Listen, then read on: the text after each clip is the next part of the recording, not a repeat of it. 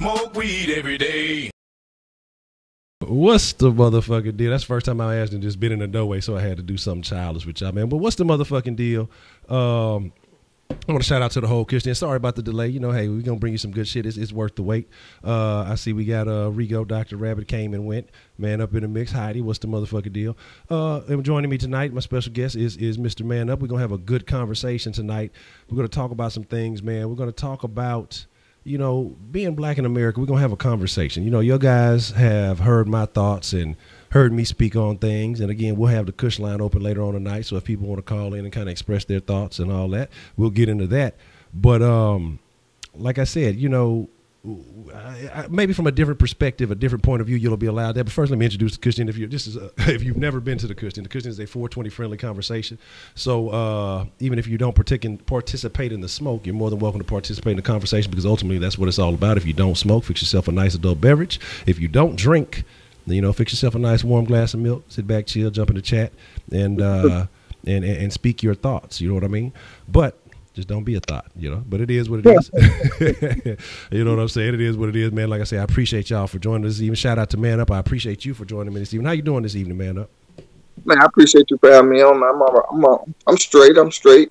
How you feeling tonight? Man, pretty good. Can't complain. Look, we came out of off of Super Sauce. It was a good Sauce Sports, and so put in some work, and I'm ready to have another good conversation. You know, again, like I said, I always enjoy having you on, and so I think the people do too, and so we're gonna dive into some good conversation, man. Just some things that are going on around the country and things that we've experienced. And like I say, some people may find the perspective a little bit different, but again, I think a variety of perspectives is what the people need.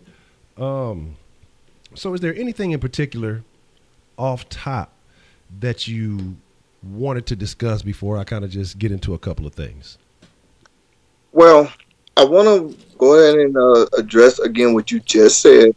I want everybody to remember this is just speaking off of personal experiences. It's not generalized to everyone or everyone in a certain group or anything of that nature. It's just my personal experience, maybe Honcho's personal experience, things we've been through, things we've seen, not on TV. I'm talking about in real life. Exactly. So I just want to say that, because I know sometimes what we're about to talk about is going to be a sensitive topic. I just want to say that right off the bat. Already. So yeah, it is a thing that a conversation that a lot of people do find sensitive, and I think that, you know, in this conversation, in many conversations, the Kush Den, you know, we talk about some things, and sometimes maybe the point of views are a little bit different than most. But the thing that I like about it, and generally, we're always able to have a civil conversation. You know, I think people should always be allowed to express their points of views, whether you agree or disagree. And I think conversation should always be a learning experience. And that way, you know, hey, you can see a side that you've never experienced, and that way you can take it back and say, okay, well, this person may have something different going on than what I've been through in my life, because your lens may be a little bit different than mine. You may be in a different place. You may have been raised differently. It's so many different angles to it that I think you can't generalize things. And if you take something personally, then you got to kind of look at yourself and ask yourself, why am I taking this way? As for most of y'all who know, the Kush Den has been Kush free for a while. You know, eventually it'll return, but we got goals, we got things we have to achieve and stay dedicated to, and to bring y'all better productions, man. You know, right now, so it's a black and mild den. I'm gonna fire up old cheap ass little stogie. I don't even know if I call it a stogie, but you know, we just gonna have, it's all about the conversation ultimately, man. So, you know, like you always say, I don't smoke or drink myself, but I got me a bottle of water. Also got soda right here, so if I get a little thirsty, there we go. Exactly. So, hey, water's the best beverage. Warm milk, like you say. So here's the deal, man. I see Simp and Ken in the house. You know, you go stay Simp. You ain't gonna never learn, Simp and Ken. I want you to win. I want you to get it, but until then, you know, we go try to give you some game. Hopefully, you take something away from it. But kind of want to start out, you know, experiences and perspectives. Let me fire up here. All right. What you mentioned that, you know, that a lot of us have different experiences. Now, first off, I want to preface this that, you know, if I'm not mistaken, you say you're from the Fofo. Yep. And you originally grew up there, and a lot of people, and it's something I want to get into. We'll make sure I keep proper notes here. But, you know, a lot of black people, you know, we are quick to identify with certain neighborhoods that may have a more notorious identity, and we feel like, you know, we're stuck in this situation. Now, you coming from a notorious Houston area, you know, we've heard the songs about it, you know, from Slim Thugger and from all, you know, the Swisher House and everything else that's going on. You still have a lot of young artists represented, and so you would think that the mentality is still the same. But you've come up out of that. You've made changes in your life, and you've done things, and you've adjusted. You know, kind of give the people maybe a little bit of a background so that they can understand that, you know, where the commonalities lie and where you decided to make changes and make differences in your life. Well, for those I can't talk all the same. But for those of y'all that's, you know, from Houston, you'll know that I'm, like he just said, I'm from Acres Home, a small neighborhood called Garden City, inside of Acres Home. And I went to Klein Intermediate, Klein Forest, before I moved to Fifth Ward and and graduated from Phyllis Wheaton. Now, while I was in Acres Homes, I grew up in Garden City Homes, went across the street to Garden City Apartments, a lot of crazy nonsense.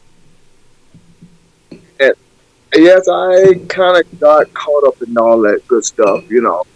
But then as I got a little older, went through some things, some personal things, you know, like I mentioned before, when we talked before, I've been shot and robbed and all that stuff.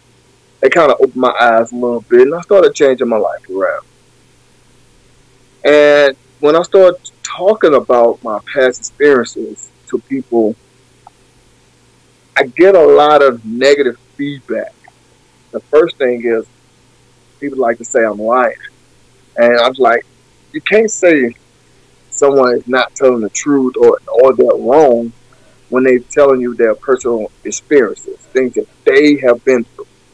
Like I said before, nothing I've seen on TV, nothing that, you know, someone else has told me, things that I've been through, things that I've seen with my own two eyes. So I want to say that, reiterate that again, because I know we're going to have a sensitive topic. I know when some people see this, some people of color, some females of color, females in general, people not of color, or whatever, how you want to phrase that. I don't like to use those terms, but however you phrase that, letting you know right now, if you're going to have sensitive ears and a sensitive mind and a sensitive heart, you don't want to watch. Let just speaking through experience. Just say that one last time. Okay. So, yeah, like I said, I think most of the folks that we got in here I think they're pretty open-minded. I think they're pretty willing to listen. And like I say, so, you know, going through some of these things, you mentioned being shot, being robbed, you mentioned, you know, dibbling and dabbling in a particular lifestyle that a lot of us glorify, you know, or may have glorified at some point in time. And you experience some changes. What would you say, is there a moment that you could pinpoint exactly when you say, hey, you know what, it's time for me to make a change? Well, if you don't mind, I want to go back just a little bit before I decide to make a change. Okay. I want to start when I was in middle school, went to Klein Intermediate, right next to Niche, not bitch, but Niche Elementary. I went to that too. But because I know when I first went to school, a lot of people, you know, were saying bitch. But anyway, I went to school, and it was a kind of universal school, I guess you could say, all different races, background stuff. And I gotta admit that most of the girls that were attracted to me was not black women. So I started getting, you know, girlfriends that wasn't black, that was Asian, white, Hispanic, Puerto Rican, all that good stuff, whatever, other races, right? And so a lot of black girls, they wasn't grown up at the time, but a lot of black females in my neighborhood would see me and have all these strange comments. I quote, and this is the one I remember the most that still to this day, if I think about it, pisses me off. Don't you know your mama black? Why are you disrespecting your mama like that? And it's like, are you serious? Wow. But then later on, you'll see those same people. They're not in a all black or whatever. They are in a interracial relationship. And McBride just said it right, Jungle Fever. But that's the main thing that really got me, you know, thinking. Like, wow, I can't believe these things. Then, like I said, years later on, you know, I get caught up in, you know, the fast life in, you know, in Houston. You know, you get labeled, you know, being black and, you know, doing these negative things. I don't want to get too graphic with it, but you get kind of criticized when that's not really in your heart. Yeah. It's just that this is what you've seen, so this is what you know. Yeah. You know, and I'm not trying to make no excuses. I knew better. I was old enough. I knew better, but I did it anyway. Yeah. So it is what it is. Just like if you go and steal, you know not to steal, but you do it anyway. So what? With all that being said, it's just that once I started going through some stuff, a lot of people want to start saying just because I'm black, I should do black things. And I'm like, what is black thing? Now, for example, I'm gonna fast forward to maybe a couple of weeks ago. I'm at work. I'm listening to my music, you know, keep me going, keep me moving and stuff. You know how we do sometimes. We listen to music while we clean up or doing whatever. Yeah. So I'm listening to music, and you know, some rock music come on. You know, I listen to a little bit of rock. It all depends on what it is. Oh, yo, you over there, Coney, you ain't supposed to be listening to no rock. I'm like, what the fuck? I said, why not? Why not? That's some white people music. Then I'm like, now I say, do you know one of the most famous rock stars, excuse me, is Jimi Hendrix? You know, and I'm like, he's black. Yeah. So what's the point? You know what I'm saying? Don't you know there's a lot of black people that does this and does that not considered to be black? Mm-hmm. For example, Man Up got Ed Sheeran. I'm looking at how Ed Sheeran, but yeah, I don't care what you talk about, man. Look, weed every day. you know what I'm saying? I like it. What's up, Mike Wazowski? I appreciate you joining in. I think that's a new name. Welcome to the Kush Den. You know what I'm saying? Part of the friends in the den. All right. Yeah. Oh, yeah, I guess it is. He just subscribed. Mm-hmm. Yep. So congratulations on that, Honcho. No, I appreciate it. But I ain't gonna lie, I kind of lost my topic there, what I was saying. Yeah, damn Jay Bird. But then also too, one more thing is that go back to talking about work a little bit. There's a guy of mine a coworker of mine that, you know, he has a little side hustle. He likes to sell sporting events tickets, right? So he's gonna ask people he worked with. And yes, he's an older white guy. And he walked up to this other black guy, this young black guy, looked like he might be in it 23, 25, whatever.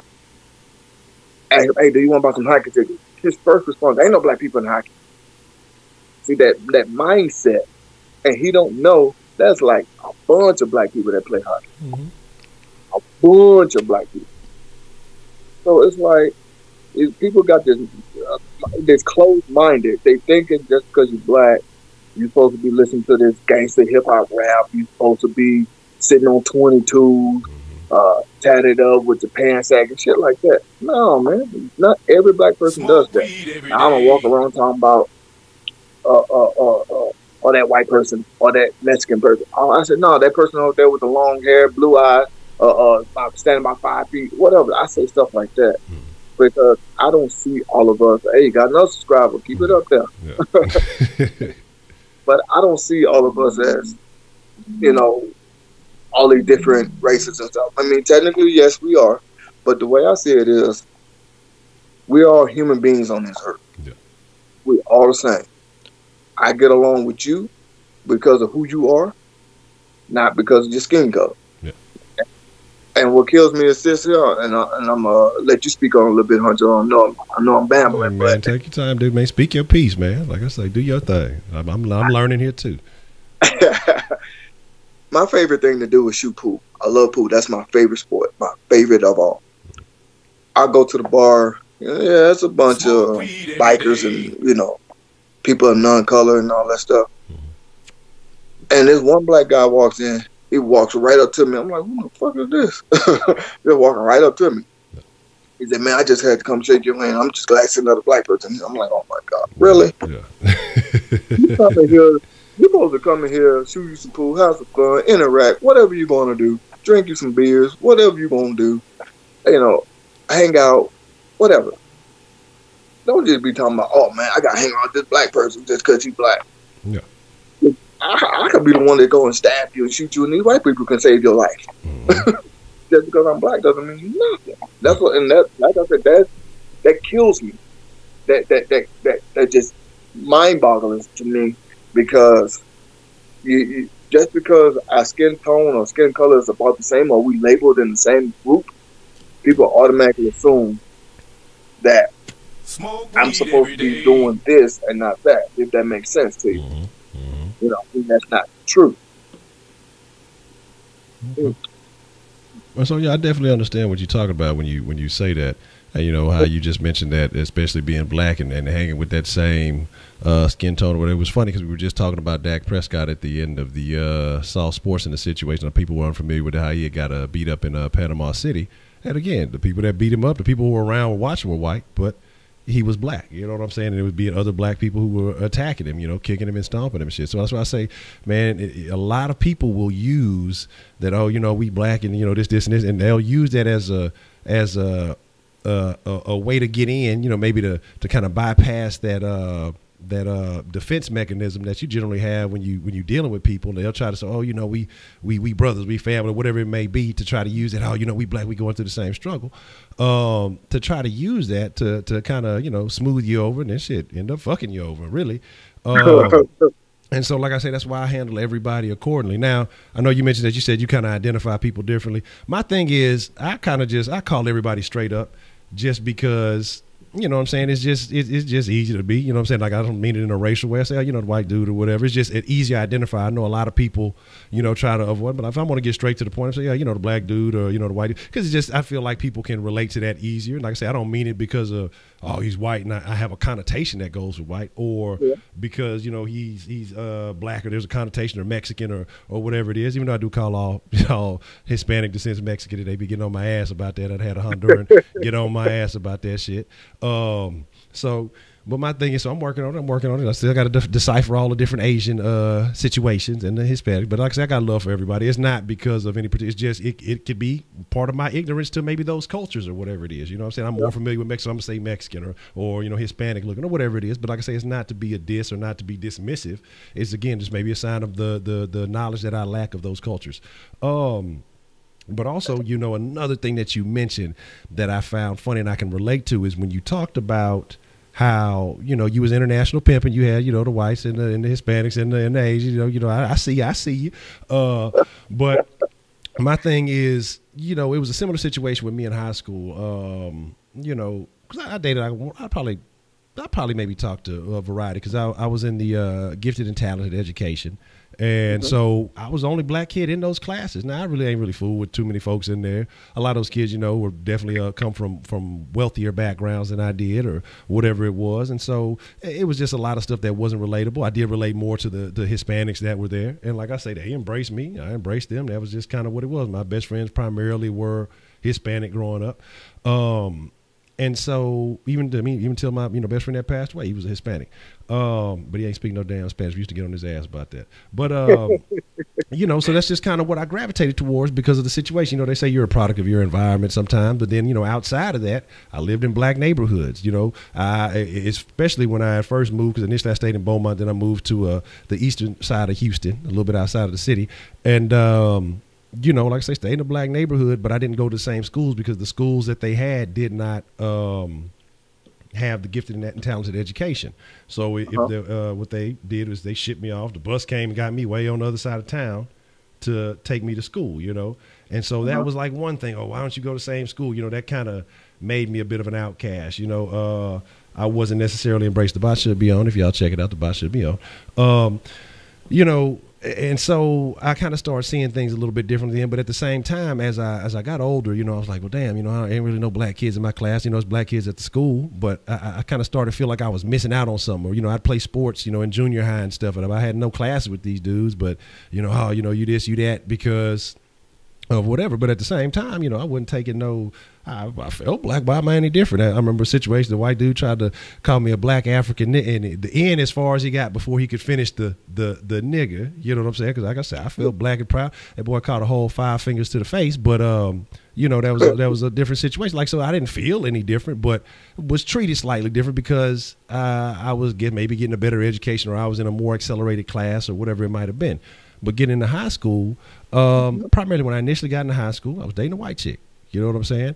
For the first 2 to 3 years or so, that's who I was fooling with. Now, I ain't gonna lie, I had a little chocolate action on the side here and there, and I was young, and I was, you know, puberty hit it, I was doing my thing, but you know, but primarily I was as far as everybody else knew, I was faithful. That's who I was with. I wasn't out just trying to holler no any and everybody, and that I got that label too. Oh, he only date white girls, or he only. I mean, this is just the only chick that I've talked to in this situation, because I ain't, you know, going out and about and doing all that other stuff.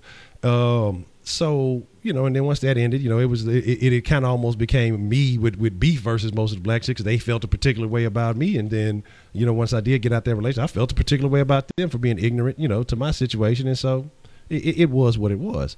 But then how you mentioned, you know, and I got a question for you after this, is how you mentioned like a lot of the same girls or same people who gave you shit or gave you flack about, you know, dating outside of your race, and then they go on and get in an interracial relationship. That's something that I've noticed. Like I said, I don't know how much social media you fool with, and if you don't, that's probably a good deal. But I've seen it a lot, and even in other platforms, not just necessarily social media. A lot of black women will condemn black men, black athletes, whatever it may be, for dating a white woman or dating outside of their race. But then when a black woman does it, say Rihanna, I think she's with like a white billionaire dude. When Tina Turner or whoever, like somebody, they put them on a pedestal. They prop them up. The little chick who got married to the prince, you know, they went crazy, you know, in that situation. But then again, like I say, when it's a black man and a white woman, it's a big deal. It's a problem. It's an issue. I mean, have you seen a lot more of that? Do you kind of feel the same way? I mean, how do you see that situation? Why do you kind of think that is? You know, to be honest with you, I can't really pinpoint why that is. I'm gonna be honest, because that is a $1 billion question. If somebody can give me a real decent answer, I'll pay them $1 billion. I don't even have $1 billion. You know what I'm saying? It's just more of a fact to me. It's just like I don't get it. I really don't, because the way I'm seeing it is this. Look, that old saying goes, you can't help who you like, you can't help who you fall in love with. And Rigo Riella says jealousy. Hey, it could be. Yeah, that's good. But it could be. But all I'm saying is, I just think that, and then let me just go a little step further. I'm going to say this. I got in the comments, well, don't you know your mama black? Oh, you must can't handle a strong black woman. Mm-hmm. You only with her because she'll suck your dick. You know, ain't no black girl going to put up with that.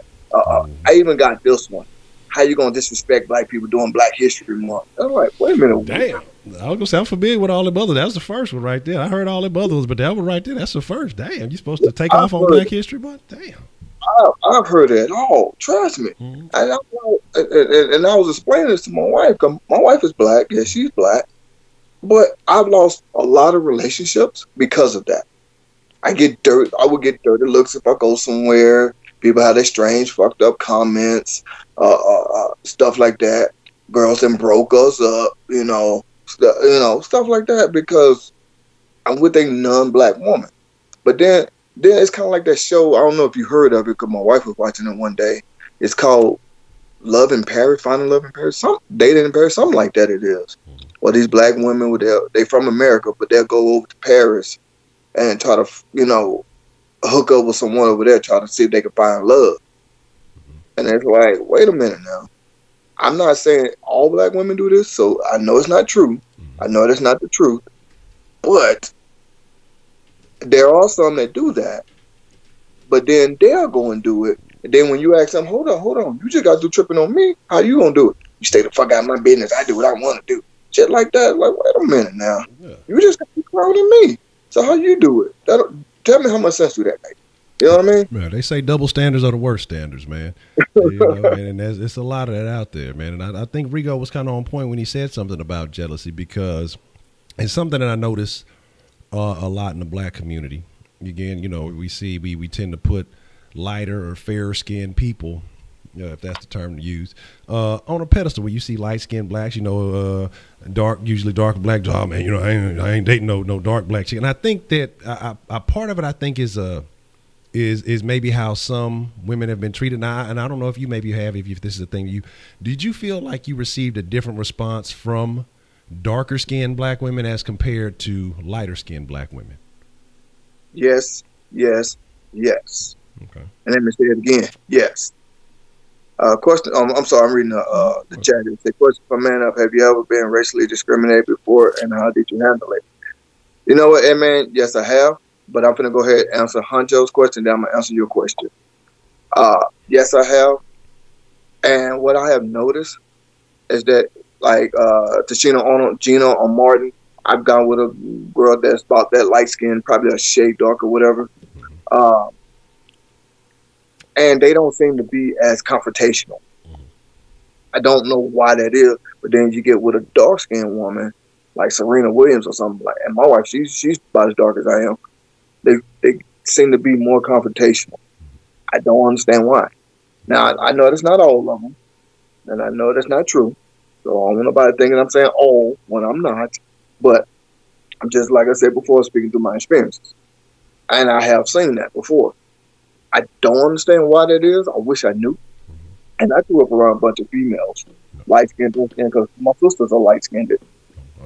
Like I mentioned before, I have 8 sisters, and a few of them light, and 3 of them dark. You know, and the ones that are light skinned are not as confrontational.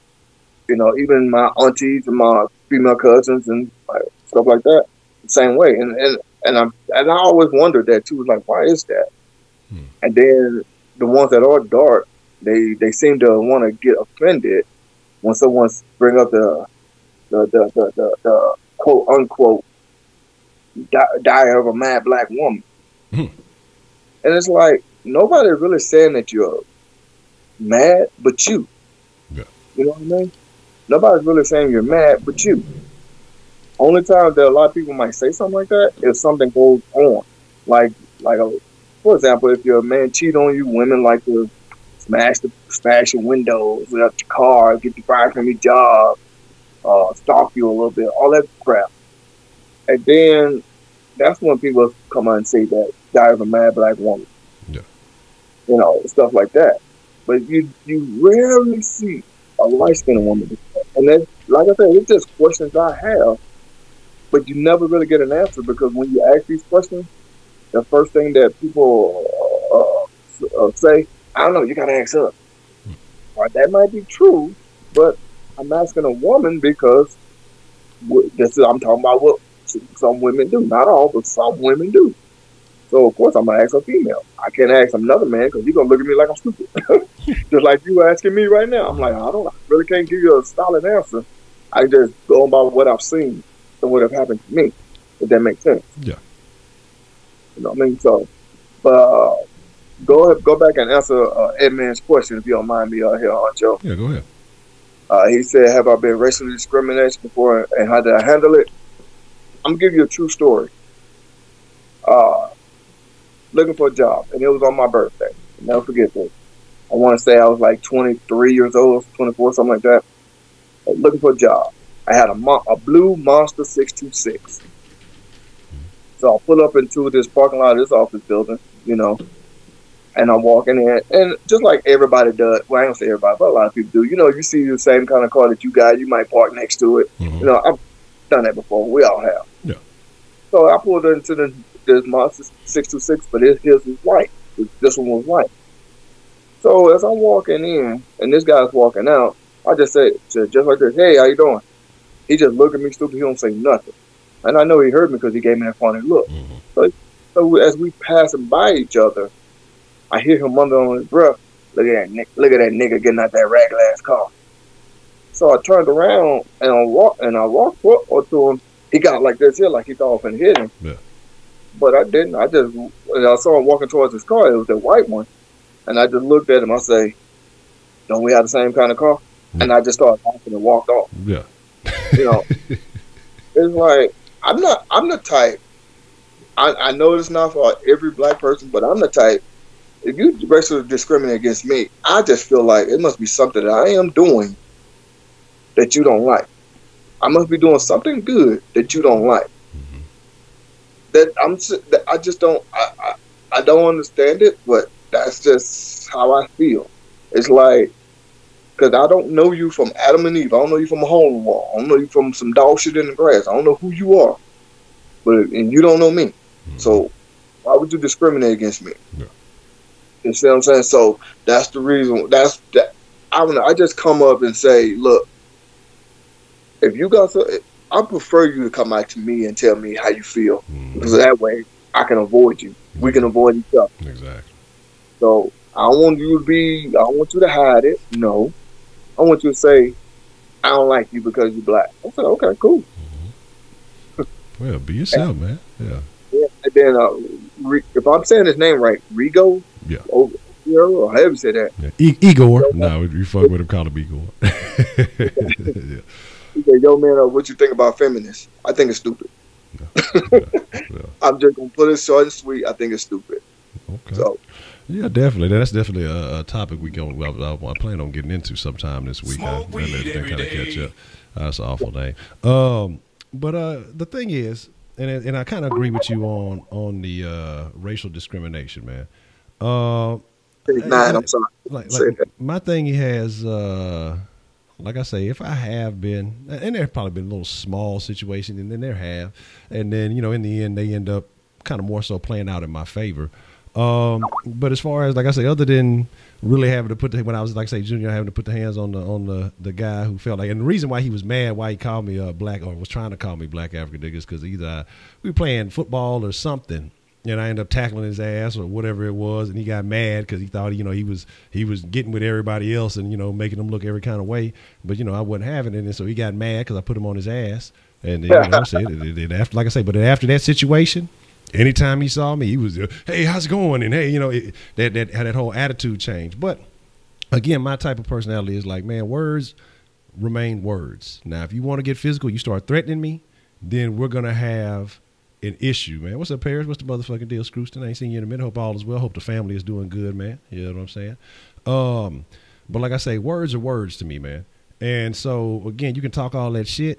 But when I start feeling like, okay, you trying to make some threats, you trying to, you trying to get physical with it, then hey, we're gonna go ahead and go on. I'm gonna protect myself. You know what I'm saying? Like we go shut all that shit down. You know what I'm saying? We ain't gonna have ain't gonna be no second guessing, ain't gonna be no questioning the situation. But like I said, if you just talk and run off at your mouth, and I can see that you just really on some cowardice, or you just ignorant, or you got some type of issue with you. Because like I say, if you mad at me just solely on the fact that I'm a black person, man, what happened to you in your life that a black person done to you that you are so upset that you don't know me, that you you have an issue with it? But again, like I say, it is what it is. Different people handle shit differently.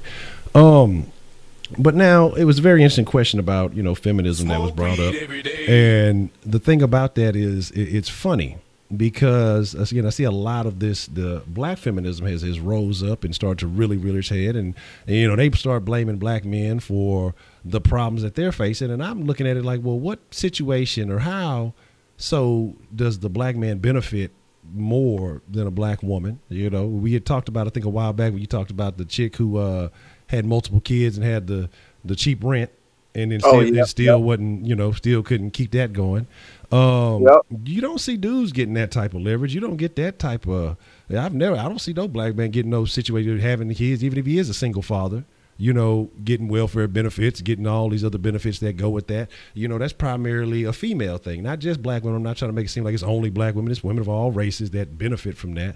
But a lot of people will point the finger at black women. But then we do have a section of our culture who does embrace that lifestyle, like and find ways to scam and be a part of the system, and then get mad when somebody bring it up, talk about it, whatever it is.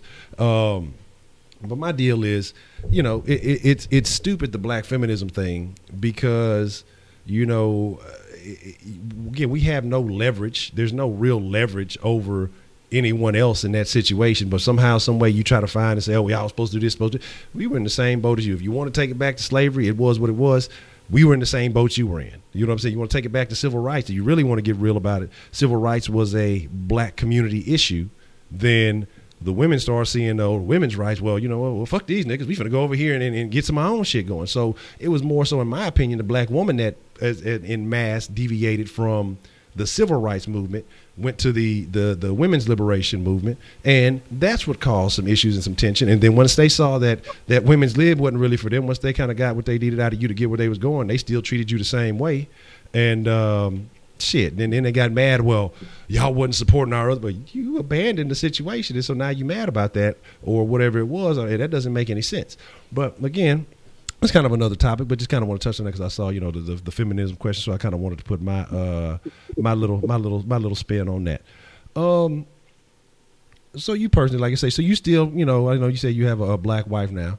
Does that change your perspective at all, or your thoughts at all about interracial dating or anything now that you did with a black wife, or just that's the one you just kind of found and that you clicked with? No, I don't discriminate at all against interracial dating now, and I never will. But I will say this here. I even told this to my wife when we first got together, and I'm going to tell you the story. I'm going to tell everyone who's listening, who might watch this, the story. When I first moved out here to Colorado, that's where I'm at, I was for the one, I moved up here, changed my life around. I got screwed over by so many different black women that say they love the black man, but they want to, mistreat them, say the baby is his when it's not. Yes, they happened to me twice, stuff like that. So that's another reason why I was thinking about this topic. Yeah. And that's for another story. If you want to hear that, we can talk about that too. Yeah. And I told my wife, I literally told her, I said, when we first got together, we wasn't really considering ourselves a couple at that point. You know how it go when you first get one, you spending some time with them, in the norm a little bit, but you don't really consider yourself in a relationship just yet. You know about that time frame. Yeah. So I was at her house, and for some reason, when I woke up the next morning, I couldn't move. I couldn't do nothing. Oh, and I gave you power. You the first one to say I look like Tech 9. But I couldn't move. I was sick as a dog, laying in bed, just like this for 3 days. I couldn't move. Oh, just like this. I was so sick, I couldn't even move. In those 3 days, I lost a total, I think it was like 27 pounds in 3 days. Damn. Yeah, that's how sick I was. Yeah. I swear for God, I put my right hand on the Bible. I'm not trying to get religious with people, but I told her, I said, when I got better, because she nursed me back to health, she laid in the bed next to me, literally. Put the warm, wet towel on my head, giving me medicine, trying to get me to eat, all that good stuff. And I told her, I said, you're the first black female I ever had a relationship with when I got sick that literally took care of me. You're the first one. And I'm not trying to be disrespectful, but I'm just telling the honest to God truth what happened to me. You're the first one. And she gave me this look. She didn't say anything, but she gave me this look, and I could kind of tell what that look meant. Yeah. Like, but at least I believe, but she never really said anything. But I'm like, and I told her, I said, you're the first one. And when she did that, I told her, I said, you know what? You're going to be my wife. And that's when I married, and that's been over 10 years ago, and we've been married ever since. Man, that's what's up, man. But I agree with you, man. And here's the thing, and I think a lot of that, and I think about it.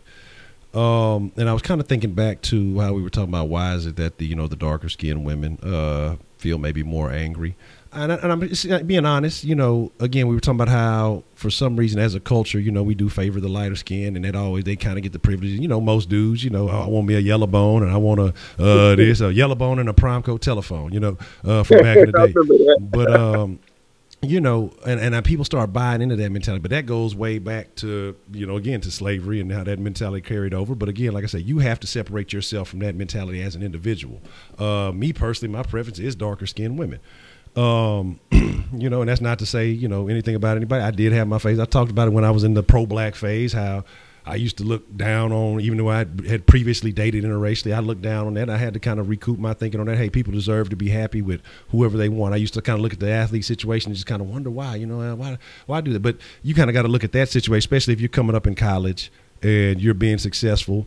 And if you do have if you do have a lot of females at the college that are black, depending on where you go, they may be more black female athletes, and there is a large number of lesbian black female athletes, so that may tune you out kind of a bit of it. And then the other bit is, depending on that background, that culture, again, that anger, that aggressiveness, and then you got a white girl who's trying to cater to you, or Hispanic or whoever it is, they're much nicer and they're presenting themselves in a way, a different way. I can start to understand it. You know what I mean? But looking at it, like I said, I can kind of see why the black women, because they don't get maybe the same treatment. They don't get the same maybe preferential treatment because of the skin color and things like that. So maybe that's something, again, that they deal with through life, and they've had personal experiences that kind of make them a little bit more angry. So I can kind of maybe, my guess is maybe that's where it stems from. And so they start to build up those type of beliefs and mechanisms, and they start kind of responding to all men in the way that they did. Women are envious. Someone, I think McVice said it earlier, or someone else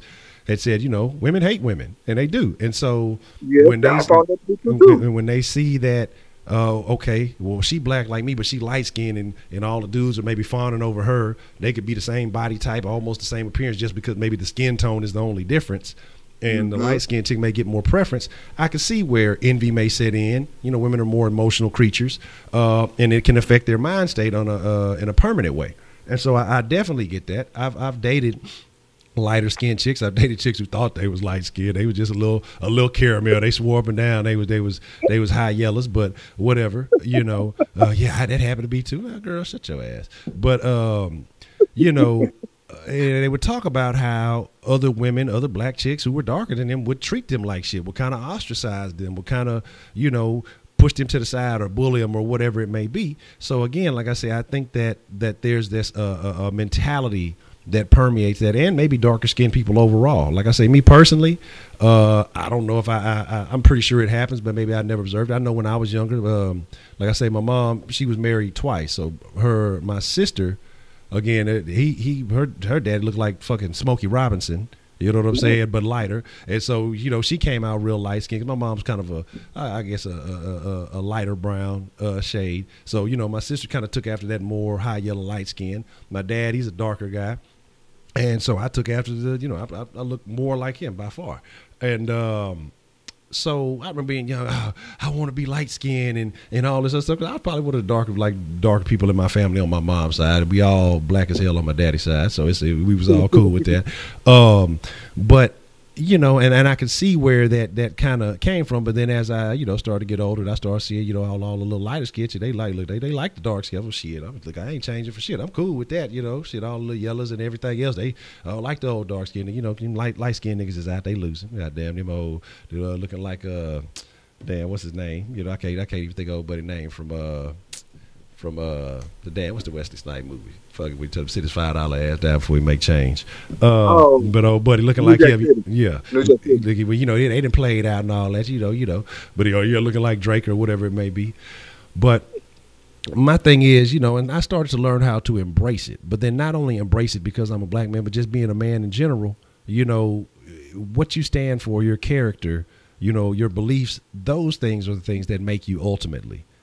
As of recent, even in the past, I started looking at, how people in the past were able to, our shade, lighter, darker, whatever it may be, were successful. So that's why I say I started kind of peeling back the layers of things. And a lot of this, I think, is beliefs that we as black people spread to other black people. And then we, at a young age, and then, we really buy into that for the rest of our lives, especially if we stay in a black community or we stay, something like where that idea continues to circulate, and I think sometimes it takes you maybe getting out of the neighborhood that you were raised in, or getting out of, like right now, I stay in a predominantly, overwhelmingly white area.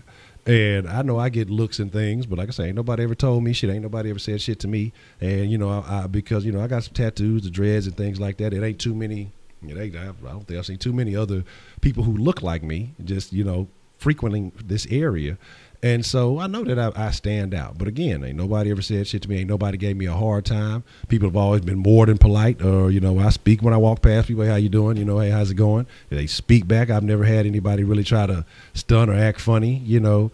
And so, like I say, man, I just start seeing the perception is different. And a lot of it, and I tell my old lady, because she has issues, she's a darker female, and so she has issues. I say, well, you know, maybe it's not because you're dark. Maybe it's because of the attitude that you have. Maybe it's because of the way you approach that situation.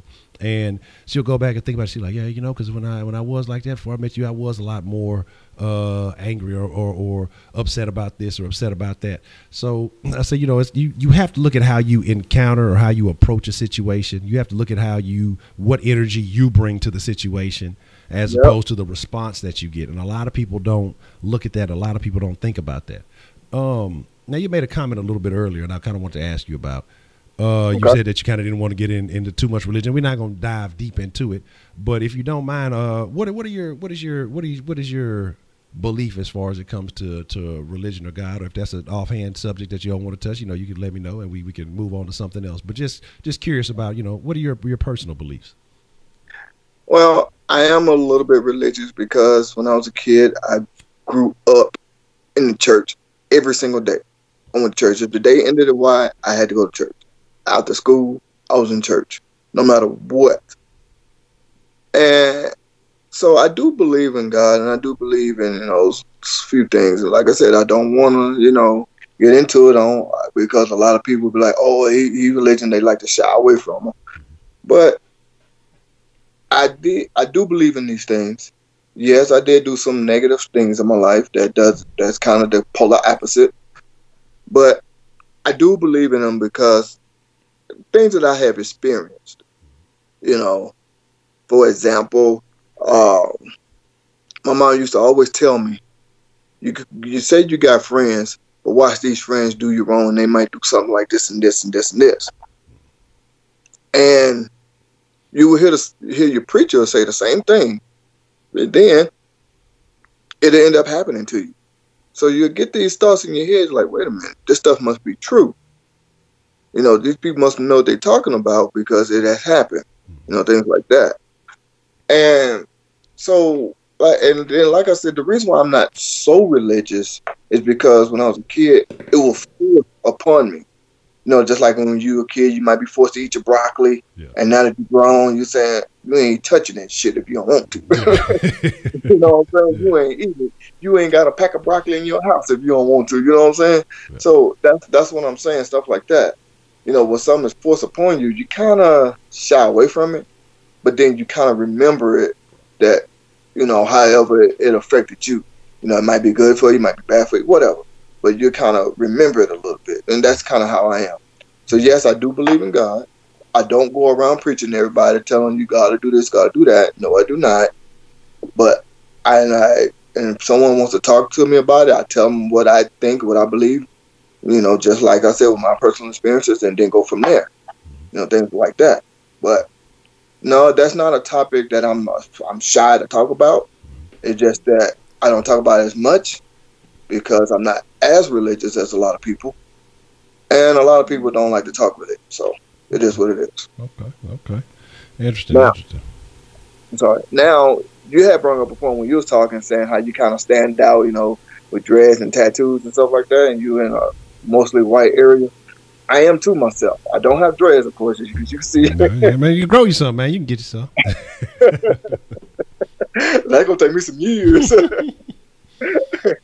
But maybe my beard to get some dreads. Okay. But yeah, I do have a bunch of tattoos and stuff, and I kind of stand out a little bit. I'm not that tall, but I kind of stand out a little bit because I do get some looks myself. You know, people do, and like you said, people do speak to me. Hey, how you doing? What's up?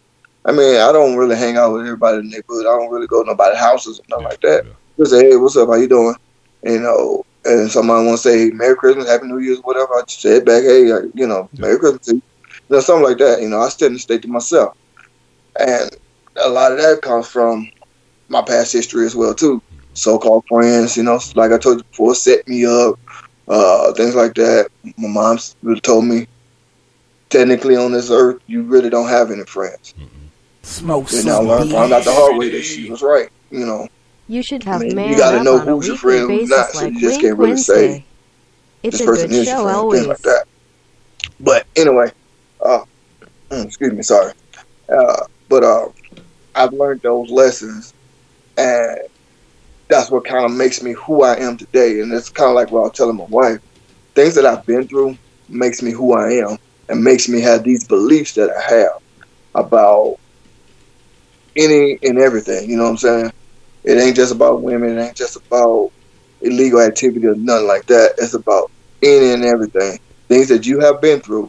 Like a lot of women like to say all men are dogs and stuff like that because all they see is men cheating and things of that nature and stuff. So you'll start to believe those things because that might happen to you or happen to someone close to you and stuff like that. So, and I can understand that, and I do, because I could say the same thing in myself that I could say all women are hoes because of things that have happened to me. You know, so it's just things like that. So that's why I say the things I've been through makes me who I am, and I think that kind of goes for everyone. So, but I do hate it that when you voice your opinion on things you've been through and things that you've seen, people are so quick to say, no, that ain't right, blah, blah, blah. I'm like, you can't tell me that ain't right. Exactly. That's no true. That's not the appropriate response. I would think the response would be, okay, what happened to you? Why do you feel this way? Why do you think that? You know, that might be the response. But the first response that I get, and I'm not talking about just from black people, I'm talking about for people, period. No, that ain't right. You shouldn't think like that because this and that, that's and that, blah, blah, blah. And I say, you know what? You have your opinions, and I'm not trying to change your mind. That's not what I'm here for. I'm just here to tell you what I've been through and why I look at things differently from you. So like I might look at things a little slightly different from Honcho, but watching a lot of things that you say, we look at things the same so far. You know what I'm saying? Things that you've been through, and I'm like, damn, I've been through the same shit. Yeah. You know, a lot of that's what I'll say. While watching that show that you did, why I don't identify as pro-black part 2. I was watching that and I'm like, wow, a lot of shit, at least 95% of the shit that he was saying, I've been through. Yeah. You know, it's like, well, just because I'm black, I'm supposed to be associated with nothing but black material things, which I don't know what the fuck that is, because black people do everything. You know, Tiger Woods play golf. Like I said before, Jimi Hendrix was in rock. There's a lot of black people in the country. You got black people with $1 million houses that's not rappers or ball players. Exactly. You know, so I don't know what black is. You know, to be honest with you, I know what I am. You know what I'm saying? And when you say stuff like that, or you're a coon, or you're a sellout, or you're working for the white man, things like that, like, are you serious? Really? Yeah. I'm identifying with myself, and I'm living my life, you know. And it's funny that you say that, because what I think a lot of people do, one is how you said people just, oh, that's not right, this and that. They try to put their experience on you, and then not only that, Jay doesn't beat me up in the bot. Ain't that a bit? Not only they put they experience on you, but at the same time, they live through other people's experiences. And what they do is they go and they find those echo chambers. They find those people that will reinforce their beliefs. And so just because they identify with those people, just because they've heard a few stories or maybe several stories, because that's what they gravitate towards, they feel like that's how it must be. And so when they see you or they encounter you and you say something different, oh, well, you're outside the norm. You got it wrong. But what I've come to realize is that there actually is a significant number of black people, African Americans, however you identify, however you want to label it, who have the same beliefs and much more so. You know, because I was talking about, I think on that episode how they say, you know, black people, we complain about oppression and we complain about neighborhoods being broke and all this other stuff. But then as soon as somebody comes up and gets out of it, oh, they forgot where they came from, or they think they too good, or they bougie. And you then now have a label for doing what you have to do to get out of that situation. You know, I think I find that kind of idiotic, but it is what it is. Yeah. And I'm sorry to cut you off. I want to say this here a little bit because a lot of people will ask me, how did I, get to where I'm at and things like that. I'm like, what are you talking about where I'm at? You know, I got a job just like you, making about the same amount of money, but I'm stuck doing this and doing this. I said, okay. I break it down to him. I said, look, it ain't really, like I told you before, it ain't really about how much money you make. Because a lot of people think, if I got to make this much money, that's all my problem, blah, blah, blah. Actually, no, it won't. No, it won't. But I'll tell people, look, I know what I'm doing because I don't want to go back to where I used to be. You see what I'm saying? So that's why I said before, my life experiences has taught me a lot. Has taught me a hell of a lot. And you can't sit here and say, just because you're doing the same thing I am, which you're not in the first place. Well, this particular person I'm speaking of was not doing the same thing that I am. They just believe they are because they don't see everything I'm doing. And I was just going to say, that's what you're thinking because you see one thing, but you don't see everything. And I always tell people, look, don't limit yourself just because you're thinking if you do something else, like you say, outside of the norm, somebody going to have negative comments. You got to, like you say before too, and I start to use this saying, I got to take it from you. You got one shot at this, one shot at life. And you got to make it the best for you. Forget whatever is saying about you, what you think people might say about you. I got where I am because like I told you before on the video we did about Texas Hustle, I do 4 different things to make money. 4 different things. That's why a lot of times when me and you want to do a video, I tell you, that's why I say on certain times and things like that. Yeah. Because it's no disrespect to anyone, but like I said before, I got a goal and I'm sticking to it. Yeah. You know, and yeah, when I get some free time, I do this and this and that. And that's what I think a lot of people need to stop worrying about what someone else is saying or what they think someone else might say, and do you. Do what you think is best for you. Because, again, growing up in Garden City, matter of fact, do you know what Garden City is, Honcho? Yeah. I'm familiar. Oh, okay then. Growing up in Garden City home, not Garden City apartments. I grew up in Garden City homes. I used to go to Garden City apartments a lot though. But growing up in Garden City homes, I've learned a lot. This is what you got to do. There's always other opportunities to do something. I'm gonna give you one of my side traits. Yes, I have a regular 9-to-5 job, but on the end, I'm gonna show you right here. I bake cookies for a living. Word.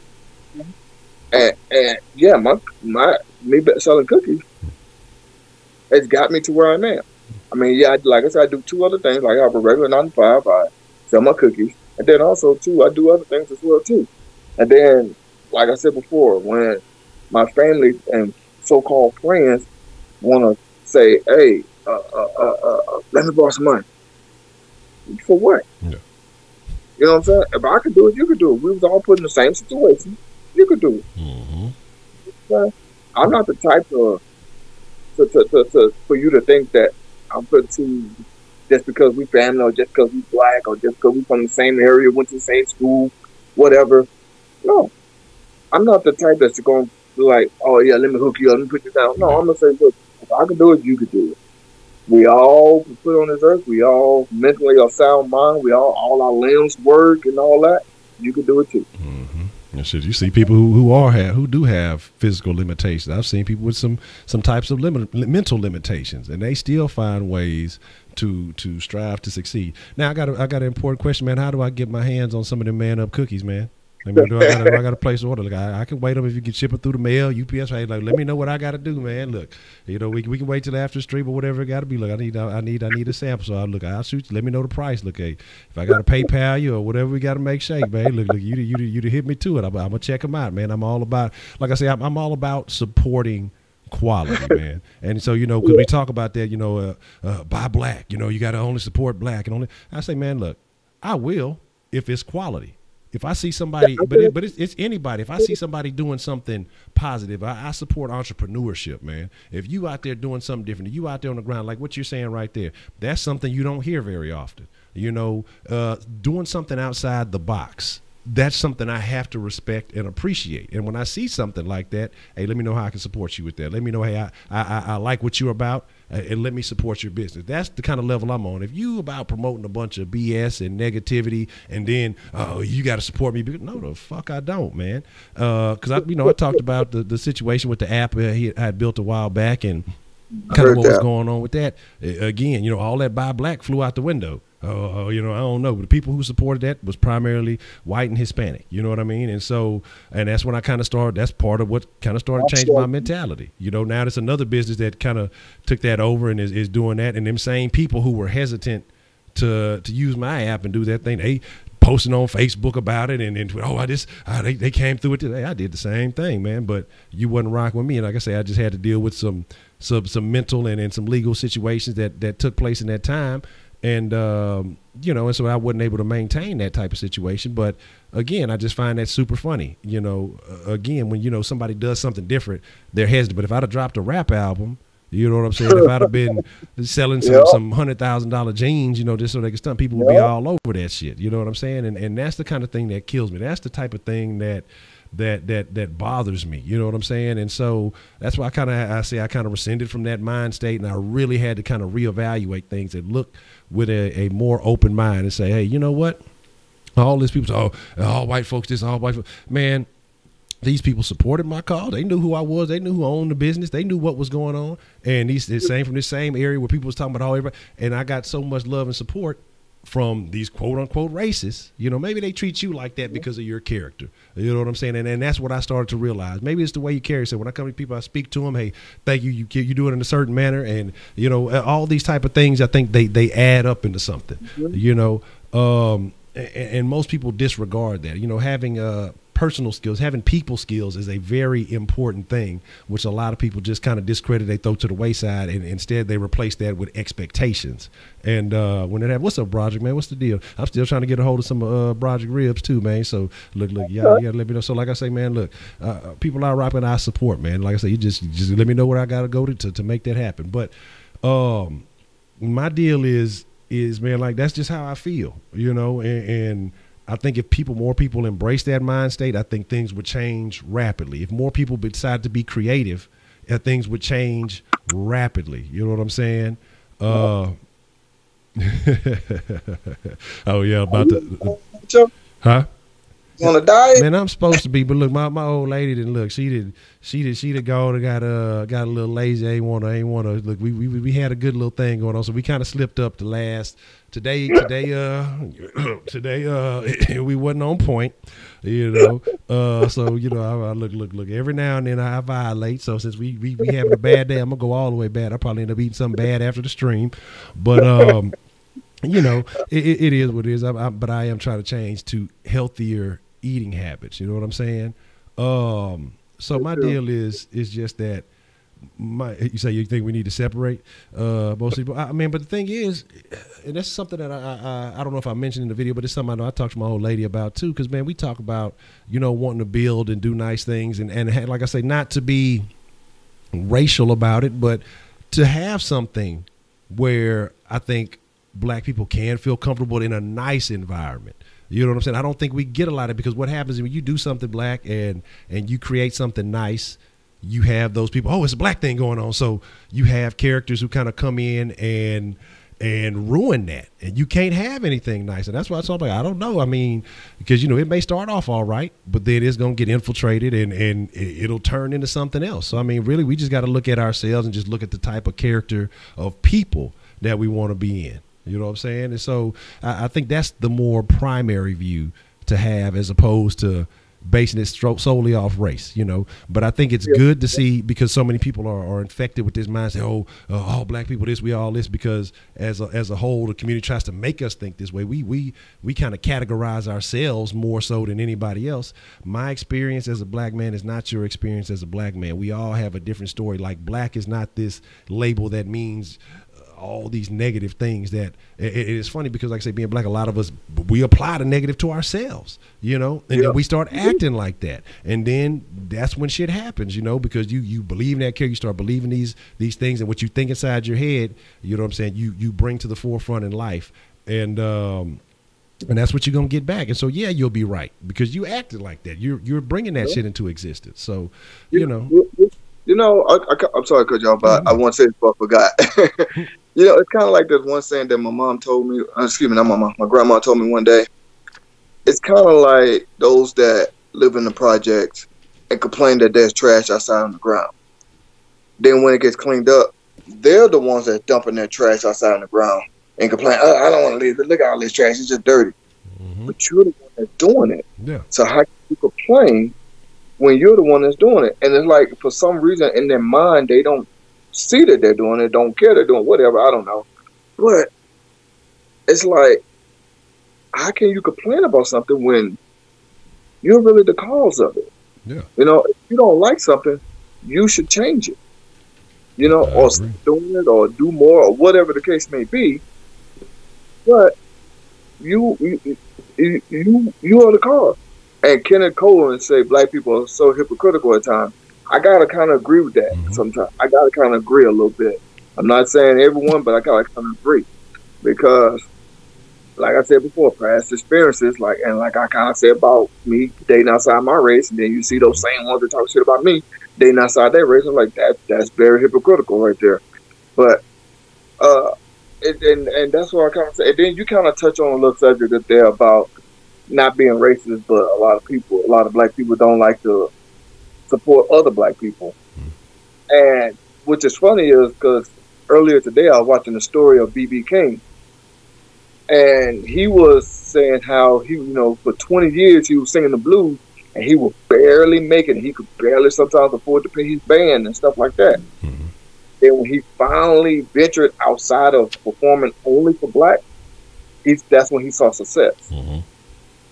Then when he went back to performing only for black, they booed him, and he said he felt like he was black all over again. Yeah. And I was like, wow. And my wife was sitting there watching it with me, and I say, now, see, this is what I was talking about. I hate to say it like this, but it's the truth. A lot of times, black people do not support other blacks, and then they get mad if they feel like that you not doing what's labeled as black. You know what I'm saying? So, and that's what I was telling. I said, see, now this man, when he died, he was 93, I think that's what it said. And all this stuff happened to him. He performed for a white only crowd at Woodstock. I didn't even know you was at Woodstock. Okay. Yeah, and that's when he found success. Now, all the time before Woodstock, he never really found success. Yeah. So, and I was telling him, I said, see, this is what I was talking about. I'm not trying to put my own people down. I'm just saying what I see. And things like that. I'm just speaking what I see. And I'm not the only one that see this. Just like you say, you support it too. If the support is doing good, you want to support it, but not just because you're black, because you're doing something good. Yeah. And that's what I was telling my wife. And I was like, see, he said the same exact thing that I was saying. Yeah. Man, that's cool. Well, you know the name of that B.B. King documentary? I'm going to check that out, man. If not, I'll look for it. If not, it ain't got to be right now off the top if you don't have it off the top of your head. But if you come across it, man, shoot me that info. I'd appreciate that. I got you.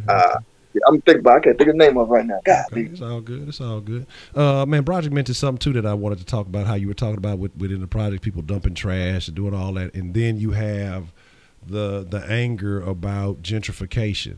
You know what I'm saying? And people coming in and people coming in buying the property super cheap, and then they fixing it up and then raising the rates. Well, if you took care of it yourself, if you did the things necessary to upkeep the property yourself, it would rise in value. If you clean up the yard, don't have the cars in the yard, don't have the, just fix the driveway, you know what I'm saying? Paint the house every couple of years, make it look good, just fix the things that go wrong, upgrade, update, do the little stuff, because people find ways to spend hundreds of dollars on shoes and thousands on clothes. And as soon as people get their little income tax, they go and blow it instead of making an investment into something, instead of saying, okay, hey, all right, not realizing it doesn't really cost a whole lot to start a business. It doesn't take a whole lot to get that business legit. I mean, you can get a DBA for $15, $17 and doing business as. Now, if you want to separate that from your personal taxes and removing that personal liability, you go get your LLC here in Texas. It's with tax $308. You can start you a legitimate company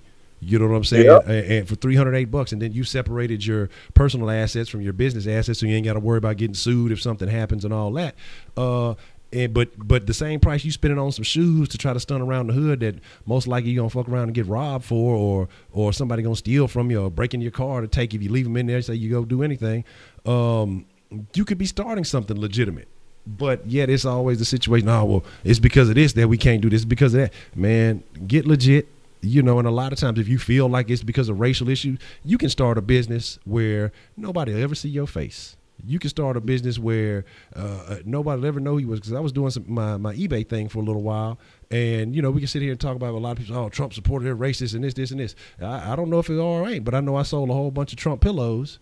And nobody ever sold my face, and I know it put some bucks in my pocket. You know what I'm saying? And I need to get back on it because I kind of slacked off on that. But my thing is, it wasn't never no complaint, it wasn't never no issue, and they was more than happy to get those things, and I got good ratings for it. You know what I mean? So the thing is, you can do stuff, man. Trust me, there's a lot of different things that you can do, that you can create. You just have to sit down and think about it, not believe in the bullshit, not believe in the false narratives. But back on that gentrification thing, is like, you allow this avenue to happen when you don't take care of things, when you treat shit like shit, or take shit for granted. You see a lot of situations where black people did own homes and have things, and then they pass it down to their kids or to whatever.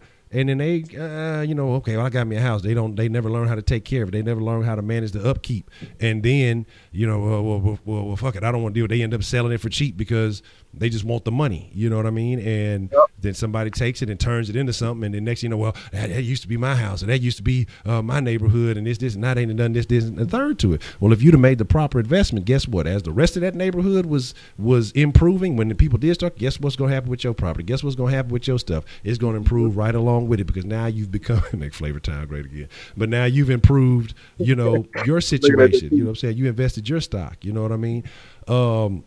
But again, so many different ways. The same way, the stockbrokers don't know if you black, white, pink, purple, or green. You know what I'm saying? So if you make an investment, they go take your money, they go put it where it needs to go, or you could do it yourself if you E-Trade or however you get out. You know what I'm saying? You got to look for ways, but a lot of people don't do that. They just automatically assume, this, that, and the third. And we talk about it, a lot of people want to get into that same business as everybody else, because that's all they see in the hood. I'm gonna cater to the hood. They're not thinking outside of the box. There's a whole wide world out there that does not think, does not operate, does not believe the same way people from the hood or whatever it is think. You know what I'm saying? And so people can't get out of that mind frame. And then honestly, in the ones that do say, if you are selling dope or you are doing whatever, and you think that shit gonna last forever, it's not. You got to know eventually something gonna shake. Somebody gonna hate on you. Somebody gonna snitch on you. Somebody gonna do something, and you're gonna have to be prepared for that. So you say you disagree. You say that gentrification moves the poor off site, and it could. But I think if the poor made smarter investment, I think what happens with a lot of poor people is a poor mind frame. Not everybody. Some people have situations where shit happens. Some people have been well off and been working hard their whole life and may have made those investments, may have done those things. And sometimes life has a way of fucking you over. It happens. You know what I'm saying? There are cases where it's unfortunate, but a lot of people remain poor because they have poor habits. You know what I'm saying? A lot of people have poor mental habits, so they it may be spent on all the junk food and all the eating, and instead of investing in that small change into this, that, and the third, because they don't see, well, hey, you can take this couple of bucks here and invest in this. There's been people who took $10, $15, bought a domain name, and that domain became worthwhile, or it became a part of it. Somebody came back and bought it from them for $20,000-$30,000. You know what I mean? And they might have sat on it for a couple of months or maybe a year or two, and paid a little $10, $15 a year to maintain it, and then come back and it turns around. So again, like I say, there's a lot of little hustles, but again, you have to think outside the box, and you have to inform yourself and get the information necessary to be able to do different things. But like I said, I won't completely disagree. There are people who get caught up in a gentrification situation that is unfortunate. But I do believe, like I say, as a whole, if the community mind state wasn't, fuck it, I'm black and I'm poor, so we just gonna treat shit like shit. If they said, hey, you know what, we may not be the most well off. Hey, we may not have the best shit going, but if we take this little bit here, we work as a community. Hey, let's fix this up. Let's get this right. Hey, you know what? This park, we're gonna clean this shit up. You know what I'm saying? We're gonna have to do a lot of different little things to make the neighborhood even appear better. Again, your value could go up. You know what I'm saying? Again, like I say, you know, I don't have all the answers, and there's definitely things that it's a little bit more intricate than that. But I think that's a start. You know, and so you kind of got to go from there. Now, I kind of agree with you a little bit on that too as well. You know, I'm still on the ground with my. I ain't blew up, and I'm not gonna say I'm trying to or not trying to, but I'm still, you know, on the ground with my cookies and stuff. I used to sell them word of mouth. You know what I'm saying? So really, basically, what's going on, Jay Bird? I know you said what's up to me a couple times, but I didn't want to interrupt Honcho. But what's going on, Jay Bird? But I basically, how I learned how to do this was my mom. She grew up. She was a baker for Kroger's Bakery, not the actual grocery store, but the warehouse. Okay, that's off I-45. Excuse me, not I-45, I-10. I'm sorry. Okay, I-10 West. But anyway, and she worked for Kroger's Bakery, so she will bake a lot of cinnamon rolls, honey buns, stuff like that. Me personally, I just fell in love with the cookies. Yeah. So I watched her bake them. Watched her bake them. Then, of course, you know, I baked them and I put my own little spin on it and stuff like that, but baked them the way I want to do. And that's all a bunch of little things. You know, a lot of people like to cut grass or on the side of their regular job or whatever. There's always something you could do. So when people want to say ghetto is a state of mind, I kind of tend to disagree. I think it's not a state of mind. I think it's how you living in it, basically. Because you could be in a mansion and you can still treat that like it's the ghetto. You know what I'm saying? Stuff like that. It's basically how you're treating it. Yeah. So I don't really think that that people should put any kind of limitations on themselves, because like I said, I work my butt off, and I'm not to say I'm done working or nothing like that. Hell no. I'm nowhere near, done. But I'm basically, taking what I've learned as a kid, things that I've seen, things that I've been through, and trying to flip it because I've been through some things. So now I can sit here and say, I don't want to do this stuff anymore. I want to try to, now that I know all that crazy nonsense, what can I do to not be in that situation again? Basically do the opposite. You know what I'm saying? Yeah. So that's the reason. And I know, Broderick, you're saying ghetto is absolutely a state of mind. I mean, I'm not here to disagree. I mean, we all have our differences on it. I think it's basically how you put on it, because we got some people that live in my neighborhood that treat just like it's Sanford and Son, when it's not. So, and they basically do sell junk. But I don't really think it's a state of mind. I think it's how you treat things. You treat it, but, and it could be just, an area or whatever.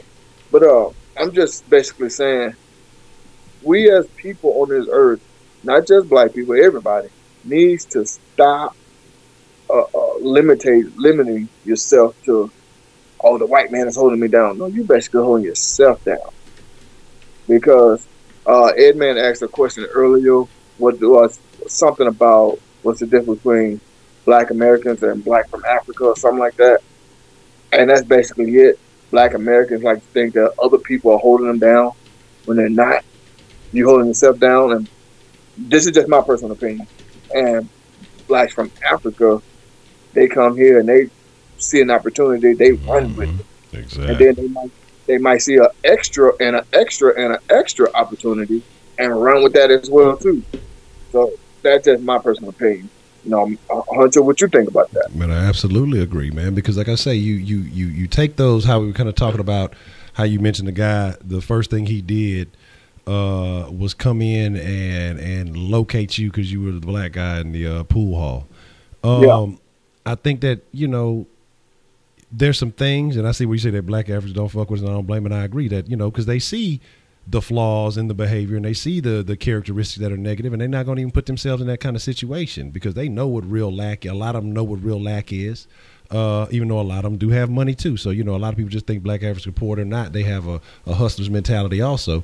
But I think that you can emulate if they can be successful. If Akon could come over here and create all this wealth and then take it back to Africa, why can't we already be here, create that wealth, and you build up your environment? Or even with that, like I say, I don't even be honestly, because I'd be against the whole, when one of us make it, you got to give back to the hood. What the hell do you have to give back to the hood for when the hood wasn't trying to do shit but take shit from you? You do what you want to do with it. If that's what you feel, then hey, you go for it. But my thing is, you can emulate some of those behaviors. You can copy some of that. Well, what is he doing? Well, okay, they going to school. They utilizing this education that we get here. Okay, they going and they're making investment. They finding hustles, or they're doing things differently, and you can emulate that more so,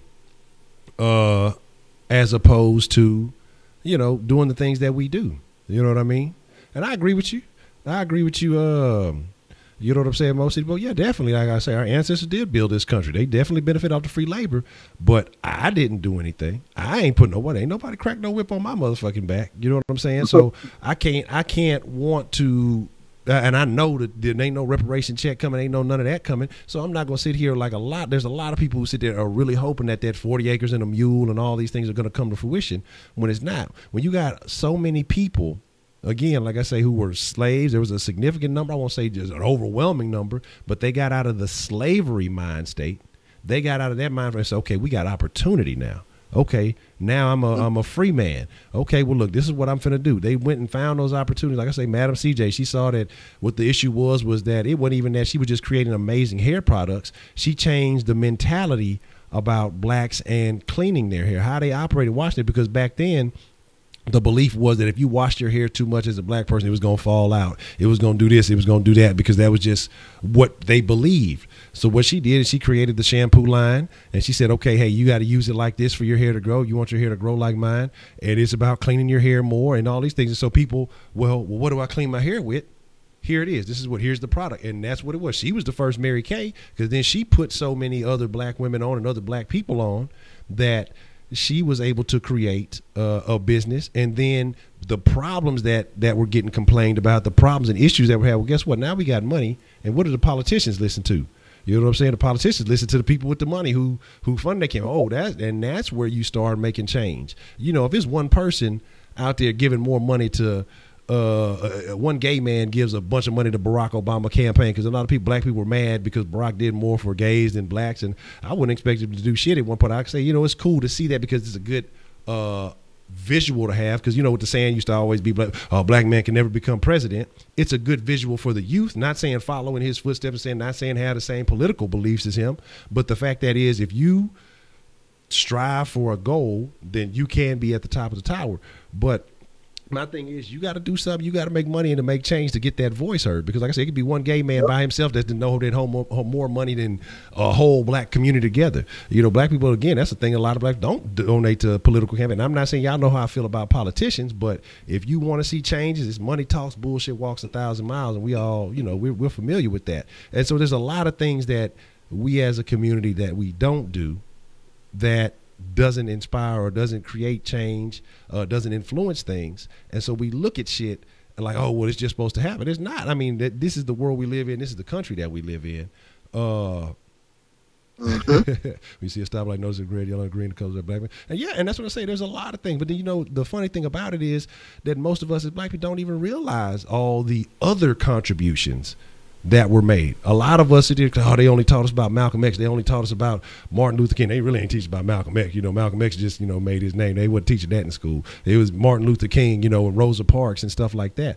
But shit, you got to go out and find the history for yourself, because honestly, they don't know, because they don't care. So if that's a concern, you figure that out for yourself. And the more you really go look and research, then you say, hey, you know what? A lot of this shit ain't as bad. A lot of this shit ain't what they told us it was. A lot of this shit ain't what we've been telling ourselves it was. It's a lot of people who made some moves and made it shake. You know what I mean?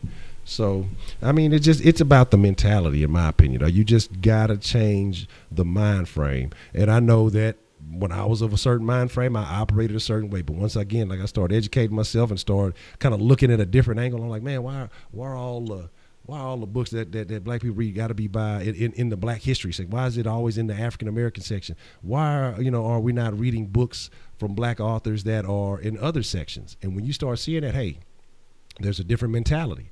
You know what I'm saying? Yeah. Then you start thinking of yourself in a different way. It's not always that, oh, we was slaves, my people were slaves, everything was slaves. Man, nah, man, look, hey, I'm free right now because those people, they did what they had to do to get me to this point. Now it's up to us to take that and run with it, just like the Africans who come over here and see that opportunity. And they take it and run with it. They don't let all this other shit distract. They ain't worried about the music. They ain't worried about the clothes. Now, they do be worried about the hoes. I ain't gonna lie, them Africans be over here trying to get with the hoes. They be on it. But, you know, everything else that we get distracted by, and that's what it is, a lot of distractions that we create for ourselves that we get distracted by, they don't fall for that trap. And then they go, you know what I'm saying, and do that, you know, and succeed. You say to finish off, Honcho, Man Up, do you think Black Americans can grow and prosper in the near future?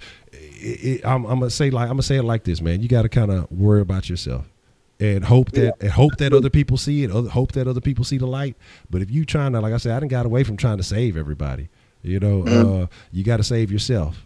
And then once you're in a good position, you find people of like mind who are trying to come up and try to do stuff, and you help those people. You know what I'm saying? Because you can't help somebody who don't want to help themselves. It's a lot of black people that just enjoy being able to complain.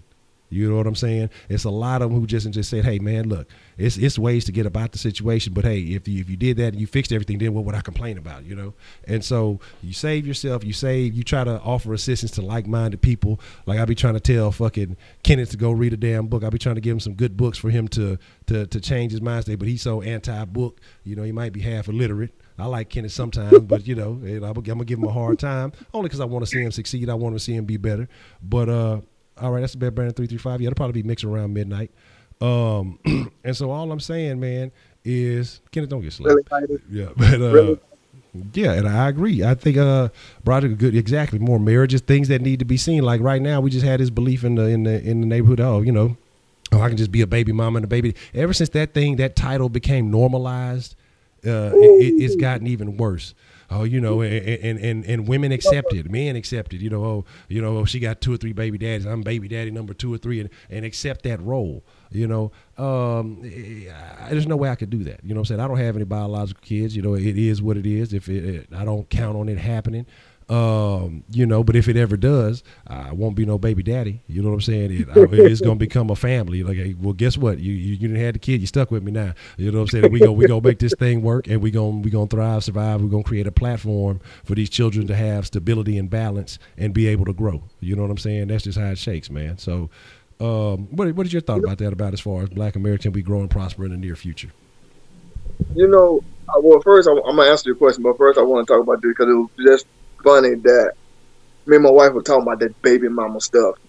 I think that is just such a ghetto term. And yes, Heidi, my alter ego is man down. but I think that's just such a ghetto term. I never ever really used that term. That's my baby mama. No, that's either my woman or my ex-woman or whatever. Because if you think about it, okay, I'm saying this is my baby mama. What's going to happen when that child become an adult? I'm going to say that's my adult child mama. Yeah. You know what I'm saying? Yeah, exactly. Think about that. Yeah. That is just so ghetto. All right, now, I'm sorry. I want to answer your question, but can you ask me that one more time? What was it again? Okay, and the question was, let me scroll back up. It says, do you think Black Americans can grow and prosper in the near future? You know, I'm going to kind of agree with what you said a little bit, and I remember now. I'm going to kind of agree with what you said. It only depends if those that stop complaining wake up and say, oh, okay, yeah, it's going to take a little work, but I can do this. I can do this. Like I just showed you, and I'm going to show you again because I'm eating something right now. I don't know if you saw me eating something. I make people for a living. Yeah. You know, I do this as a side hustle.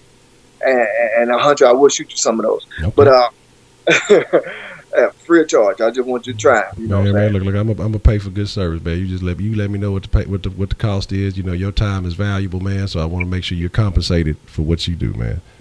All right, we'll talk about that later. Okay. But all right, but kind of like saying this is, man. It all depends. I'm not gonna too much say see the light, but I'm gonna just say I'm gonna use this term. If you just stop complaining, stop saying, oh, I'm not able to do this because of this and that, or I'm limited to this and that resources. Things like that. Like a lot of men like to say they can't get a job because they don't have a car. I don't know if you ever heard this story. I saw this like maybe a year ago. It was this man that would walk 20 miles back and forth to work, so a total of 40 miles every day for 10 years. And then somebody finally got wind of it, and Ford gave him a free Ford Fusion. Yeah. I might got the car wrong, but it's a Ford. I know that. Yeah. And oh yeah, and Jay Bird, I love Transformers. That's my shit. But that's right. You can't talk to me about Transformers now. Okay. But that's for another thing.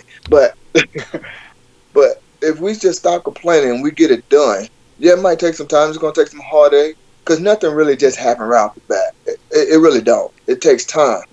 But at the same time, we just sit here and start saying, look, this is what I'm going to do.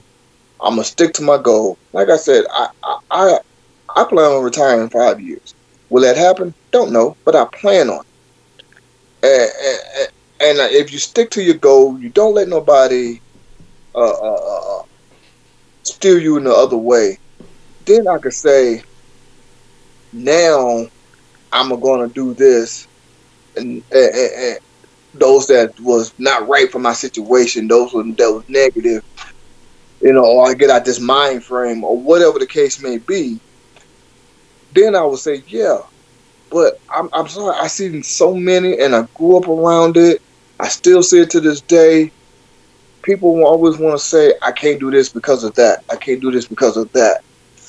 I'm going to be real with you on this one here. I'm at work the other day. We working. A guy wants to leave home because his foot hurts. I'm like, man, I'm so damn old. I got so many goddamn problems with me coming of age. Yeah. Still here getting this shit done. You don't bring it. And he was like, I think he's around 23 years old, something like that. Man, you don't bring your ass back to work. I'm serious. I mean, he had already left, but in my mind frame, I got pissed off.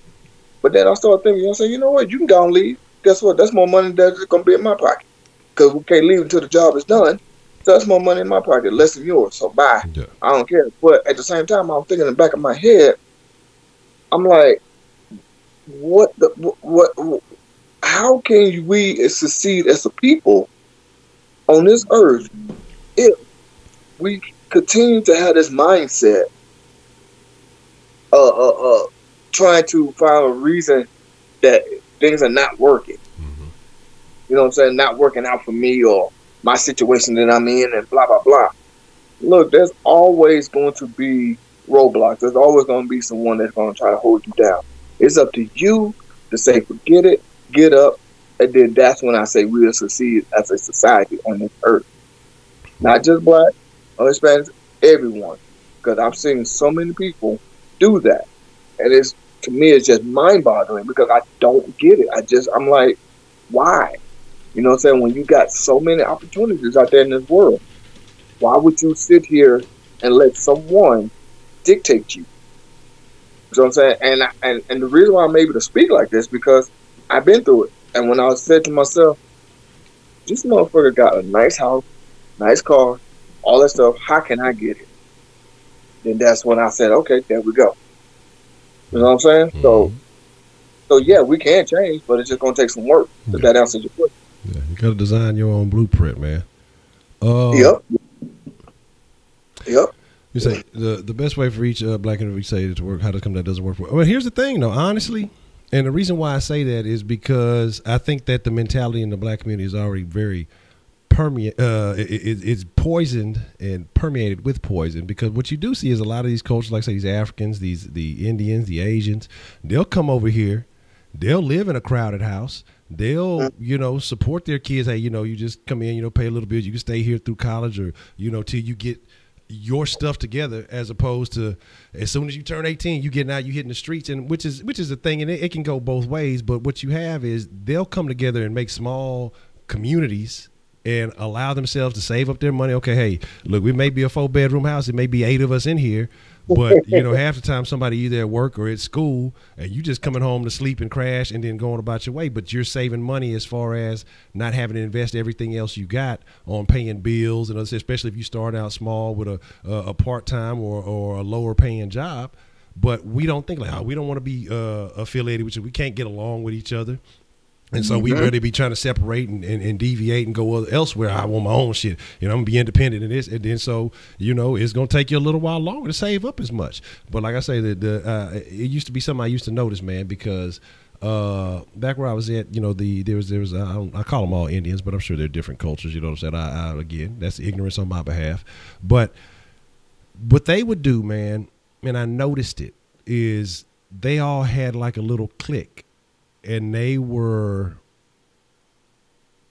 build up, they all had stores all around town. And I would notice every now and then I'd go to the different stores. And like I say, I'd talk with people, oh, man, don't fool with them. They racist and they, this. But any of them at the store that they had to go, oh, man, hey, how you doing, man? It's been a long. And just they would always welcome me, be real cool. Because I was just, it was just whatever. I'd have conversations with people. I'd go to them, hey, how you doing today? Kind of ask about, that's what I've started to kind of learn to do with people. And you'll be surprised, just this, what kind of doors something as simple as that will open up for you. Instead of going there and talking, oh, you didn't rip me off, man. You charged me too much. Hey, man, I thought this was this price, whatever. It's a way you can handle people. But what I used to notice that they would do is they operated as a community. What you would see is they all came together. So they'd pool in some money. They'd fix up one store and they would help that store come up. Once that store made that money back, they put that money back into the pool. You know what I'm saying? Or they paid that money back, and then they would go on to the next store. Whoever was next in line, they'd pool that money together, help them upgrade their store, fix it up, have it looking good, and then they would kind of go around like that till everybody had their stores looking, looking right and looking real good. Like I said, it started off kind of podunk and it started off rinky dink, but then they would help each other out. Because it would be so many times that I would go to one store here and then, what y'all in here doing, man? Y'all having to be y'all ain't on some terrorist shit, huh? I fuck with them, but then it would just be a joke because they know it was cool because they'd all be grouped up and they be having their little meeting. Hey, how you doing? They stop their little meeting and speak, and hey, I shake the hand and all that other good stuff. But that's what they would do, and I come to learn, just from talking to them and how they operated, they would help each other out. We don't do that because I think if we were to ever come together in a situation like that, we'd have problems with the first person getting hooked up first. Well, why they getting hooked up first? Why they, it'd be the little trivial things that would cause infight. People be mad because they invested some money in, why it ain't came back soon enough, or why it ain't this, or it's faster to go sell some dope and get your money back, or whatever it may be. We don't work together as a community. We complain as a community, but we don't work together to try to help each other out of the holes that we're in, So what I'm saying is, if you can find a collective of people, man, that are willing to be on the same page that you're on, you know what I'm saying? Then you operate with those people. You build your own clique. You build your own clique. And if y'all willing to do that, you know what I'm saying? Then you found yourself a good association. But again, trying to save everybody is out of the question. You know what I mean? If you just trying to sell an idea to a person who really doesn't buy into it, you're wasting your time. And that's something that I've had to learn.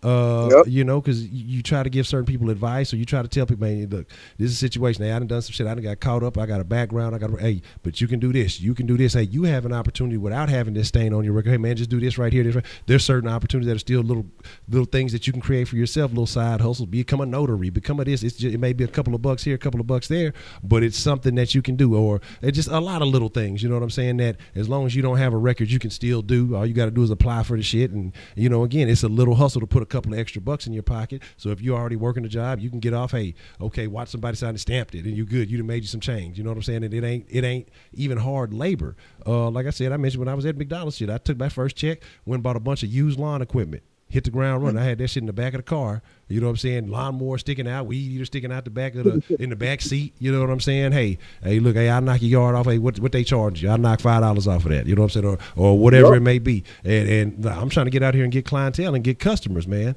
You know what I'm saying? And so it's about a hustle, man. It's about having a grind to get forward, to move forward, and to do things. You know what I mean? So you just got to find like-minded people and collaborate. But if you trying to collaborate with people who are not of that mind frame, who are not of that thought process, then you're wasting your time. And the thing is, the overwhelming majority of us are not of that mind frame. They don't think like that, and it is kind of sad, man. So it is what it is. I gotta second that. I gotta agree with you on that, man. Because if you look at it like a lot of people like to make fun of like a lot of Hispanics, Mexicans. I'm like you. I'm kind of ignorant to it. I don't know the exact terminology, but we make fun of them. Oh, they packed in the car like a bunch of Mexicans. Mm-hmm. That's because they support each other. They're saying, okay, I got you, but I'm not going to let you take advantage of me. But they say, I got you, and let's work at this together. That's like when you see them having barbecues and stuff. Mm-hmm. It be big old huge stuff, a lot of food, a lot of this and that. But when you see black people have barbecues, it just leg quarters, leg in the thigh, leg in the thigh. Mm-hmm. You know what I'm saying? And I'm not trying to be funny with it. I'm being serious. That's basically what it is. I mean, just take that for example. But I mean, and we don't really sit here because see, a lot of black people like to say, "Oh, my boy gonna make it. He gonna put it down for us." You know, like you said, get back to the hood. I'm like, why would I get back to the hood when the hood is the one that did me wrong in the first place? Mm-hmm. The hood is what makes me get the hell out of there. So why would I want to give back my hard-earned money to someone or something or some area or something like that? You know what I'm saying? But it's like, why would I want to do something like that? What I do is put you down so you can make that money. You know what I'm saying? Or you can do something. I spit my knowledge to you, and hopefully you take it and run with it and you do something with it. But I'm not just going to give my hard-earned when I got kids to take care of. You know what I'm saying? I got a wife. I got a household. No, I'm not going to do that. You know, that's stupid on my part. Exactly. So I kind of agree with you on that a little bit. You know, like a lot of black people do like to say, when my boy come over, we gonna do this, we gonna do that. It's like I said before, are you speaking French now? Yeah. I ain't never heard you speak French a day in your life. Where you get this wee stuff from? Shoot. And I want to kind of comment on Heidi because I see her in the chat here. Heidi, my wife grew up in Germany because her dad was in the army. She's from Miesau, Germany. Well, not from there, but she was raised there. And she tells me this, yes, it might cost more over there in Germany, but they make about the same amount of money. It's just that their money is not as valuable as U.S. money. So in terms, it's about the same amount, how things are, you know what I'm saying? So yes, it might cost a little more, but they make about the same amount. So, I had that question one time before too, and she was basically telling me that too. Okay. So, but I just kind of want to speak on that because I kind of respond to that when she was talking about that in Germany. But and like I said, my wife, she's technically from Alabama, but her dad was in the army, and she was kind of raised in Miesau, Germany. So that's how I kind of know a little bit about that. I never been to Germany myself, but just go about what I was told. Okay. But yeah, I'm like, I'll just put you down. You know what I'm saying? If you want a job application, here you go. If you want to see how I'm doing so you can make your own money and do what you got to do, okay, here you go. But I'm not just going to say, here's $20, here's $100, here's $1,000. No, I'm not going to do that. And I'm not going to ask you to do that for me. I'm going to say, oh, you got a job? Oh, let me get that. How can I get an application to get that job? You know what I'm saying? I guess it's just my mindset and how I look at things, how I was raised or something like that. But at the same time, I'm not going to sit here and lay back and depend on you to give me something. I never been that way. I never. I'm just like you, Honcho. My first thing when I was young, if I wanted to go to the store and buy some junk food or whatever, go to the corner store around the corner from me, I would go wash some people's cars, cut some grass, help old ladies take out their trash and stuff like that. I was just like you. I did the same thing, you know. And I'm trying to teach that to my daughter. You know, if you want something, you're gonna have to get out there and bust your ass to get it. I'm trying to teach this while she's young, so that when she gets older, she'll have that mindset and that mentality already. They're like her mom and her dad. They get out there, bust your ass and get it. Because on this earth, you ain't nothing but a number. Yeah. And a lot of people don't say, hell no, I'm more than that. Yeah, we like to think we're more than that. But how you identify it as your number. When you go somewhere, people like for example, go to your job and ask them to look you up in the system. They're gonna try to get your employee number. Mm-hmm. When you pull you over and ask you for your ID, they're gonna look you up by your ID number. If you go get a job somewhere, they're gonna say, what's your social security number, so they can look you up. That's all you are on this earth is a number. Yeah. So you got to be the one that, well, I mean, like I said, in our minds, we're the ones that think we're more than that. And yes, I think I'm more than that, but in reality, That's all we are. Let's just be real with it. That's all you are on this earth. Yeah, and I agree with you, man. That's a very valid point. Now we've had some good topics of conversation. I'm gonna ask you two more things I want to discuss with you. Okay. One of those things is you said that that your wife, she grew up in Germany. Do you think that is a difference maybe between her and some of the other black women that you've encountered, maybe growing up in a different culture, not necessarily being surrounded and consumed with the typical black culture that we have here in America? Do you think maybe that is a reason why she responded to your situation differently, and that that maybe you saw something different in her? I never thought about it like that, and you could be onto something. I've never really thought about that. So you might be right on that. But she grew up there, and like I said, she went there. I think she said she was 6, 7, something like that, and she came back to America when she was 19. Yeah. So, and I can kind of say she is a little different than most. I'm trying to think of the right term. Fuck it, I'm just gonna say it. I'm not trying to be disrespectful, but she is a little different than most dark black skinned women. I'm just gonna be real. Yeah, I mean, yeah, you piss her off. She has an attitude, stuff like that. Yeah, and I admit I do piss her off on purpose, because that's my job as her husband to piss her off on purpose. Yeah, that's my absolutely, absolutely. but I never really thought about it like that. You might be on to something that could be. So I hope I really kind of answered your question. That don't know for sure, because I never really thought about that. But yeah, I do be trolling my wife. That's what I do. I'm a husband. I'm supposed to. Yep, absolutely. What was the second question? Now the second question was, now I don't know if you had a chance to catch the stream. I can't remember if it was last night or the other night. We were talking about movies. I want to know some Man Up movie recommendations. I want to know your thoughts. What are some top movies for you, or some of your favorite movies of all time? I'm gonna be honest with you, man. I'm simple. I really am. My first favorite movie was Blade. I don't know if you remember that with Wesley Snipes. Oh yeah. Blade collection, I guess you want to call it. Then my next favorite was The Matrix, all the Matrix collections. Yeah, I used to love The Matrix too. Now, my ultimate favorite, like I mentioned earlier, is Transformers. Okay. I grew up on Transformers. I love the fuck out of Transformers. Yeah. I even tried to show my funny story. I went back, I watched some Transformers on YouTube, like back in the mid 80s when I was growing up. And I was sitting down watching it with my daughter, and I was telling my daughter, I was like, see, this is what the cartoons looked like when Daddy grew up. She was sitting in my lap, and she looked at me. She said, really? I said, yeah. I kid you not, when this girl got up and just walked out of the room, didn't say a word. She was like, and I told my wife the story. My wife was like, she ain't trying to watch that if it ain't in high definition. Yeah, that's what it is. It ain't visually appeasing. Oh, like, cause she said, "Oh, really, Dad?" I said, "Yeah." And she just got up and walked out. And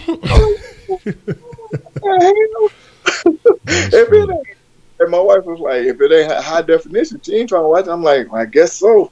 I guess and now, and I tell my wife too, if we go back and watch the old shows like Good Times and all that, if you look at the picture quality, you'll be like, damn, we used to watch this shit. Yeah, but see, when you ain't know no better, when you ain't know any better, it was great. Look, you wasn't tripping back then. Look, even when the TV used to be fuzzy, had antenna action going on, you wasn't tripping. It was just TV. But now everything got to be perfect clarity, 4K. You can see people pimples and shit and all that other stuff, man. Look, I ain't got time for all that. That's why I was telling my Bob. She was talking about it. She was like, yeah. Because she just got a TV, a flat screen for the first time. She's so anti-technology, but she's starting to kind of come around to it. And she's like, yeah, I heard about it, being 4K cable. Like, look, you just take it slow, because you just coming up from the box and all that other stuff. Look, you gonna start seeing definitions and things you don't want to see. You know what I'm saying? You go, look, it'll ruin your dreams. People you think that 4K will have, you be seeing the makeup lines, you be seeing all kind of shit. Like, look, man, this is too detailed. I don't need to know all of this. So, It is, man. so, It you, is, man. so would you call yourself? So you're an action movie guy. That's what I kind of the kind of the connection I see through them from Blade to Transformers to the Matrix. You like good action movies. I like action and I like comedy. Okay. You know, my favorite is action and comedy. I can't decide between the two because I'm a goofy person. I like to laugh. I like to joke around. That's who I am. So I'm a little bit of both. Okay. But I guess if you make me decide, it got to be action. But I don't know. I don't think I can. But another thing is, I got to ask you this, Honcho. You asking me. I got to ask you. Yeah. For me and the people out there. Okay. What is your end? You ain't got to get too specific because I want you to put your whole entire business out there. And you don't have to answer if you don't want to. Okay. But what is your end retirement goal? My end retirement goal. Yep. Man, in my mind, I tell myself, you know, I always want to stay kind of abreast of what's going on. Like I look at guys like some of the older guys, like you know, the Buffetts and the people who've been making money their whole lives. Like I don't ever say I just want to stop. You know, again, like I say, I put myself in a situation where it's always a grind. You know, you gotta stay hustling. You know, eventually, if it was to all play out, I'd like, you know, these channels to turn into something. I have some other ideas, not necessarily about being a YouTuber or anything like that. I have an end game kind of in mind with these things as far as I don't want to get too specific because then somebody might try to steal my idea. But there's something I'd like to turn these things into that, like I say, if they reached a certain number and it was worthwhile and profitable, that's kind of where I'm at. Like I don't want to invest too much in anything unless I know that that's going to come back. Cause like I say, I don't want to buy all the way into the YouTube. That's why I'll be real slow boogie about, well, let me invest this and buy this and do this with the channel, do this. Because then again, it could just all fall apart and then, you know, it could be whatever. So like, even though I embrace it and I'm trying to start pushing a little bit more and kind of put my toe in the water a little bit more, there are some things that I would like to turn these things into. But outside of that, man, honestly, like I say, just having several small businesses that can be automated. You know what I mean? There's a lot of different things that are possible on the internet. Like I say, I don't get out. Like I say, I was doing some affiliate stuff real tough, and I was doing pretty good with that. And I kind of got distracted from some of that because a lot of it was in some fields that I just kind of wanted to step back from that I felt was, I don't want to say they were toxic, but I see myself always grinding. I don't ever know if I'm just going to be a retirement, but if you're talking about maybe like a money goal or what I would do, maybe like I say, if I had more time on my hands, money goal, ultimately, I'd like to see some millions. It would be a certain number, but realistically, I'm not a super greedy person, so I'd be comfortable, you know, with a solid residual that, you know, kept me my head above water. You know what I'm saying? Like making a good residual income. So that's why I try to stay. I've really been looking more into some things and trying to kind of catch that next. I don't want to say next big digital wave, but I have some ideas. And a thing that I've mentioned a bit about an app that I've been kind of working on in the background. And honestly, like if this thing comes to fruition and I can just kind of get it, I feel like it is. I'm surprised nobody's ever thought of it before. This would be something that would allow me to just really have that ultimate freedom. And if I did have that freedom, I'd probably spend more time. My retirement would probably be in the sauce, just talking trash all day, you know, connecting with people. That'd probably be where it would go, and it would allow some other opportunities. So the end game would probably be something, like I say, something that would allow me a residual income that I could live comfortably on.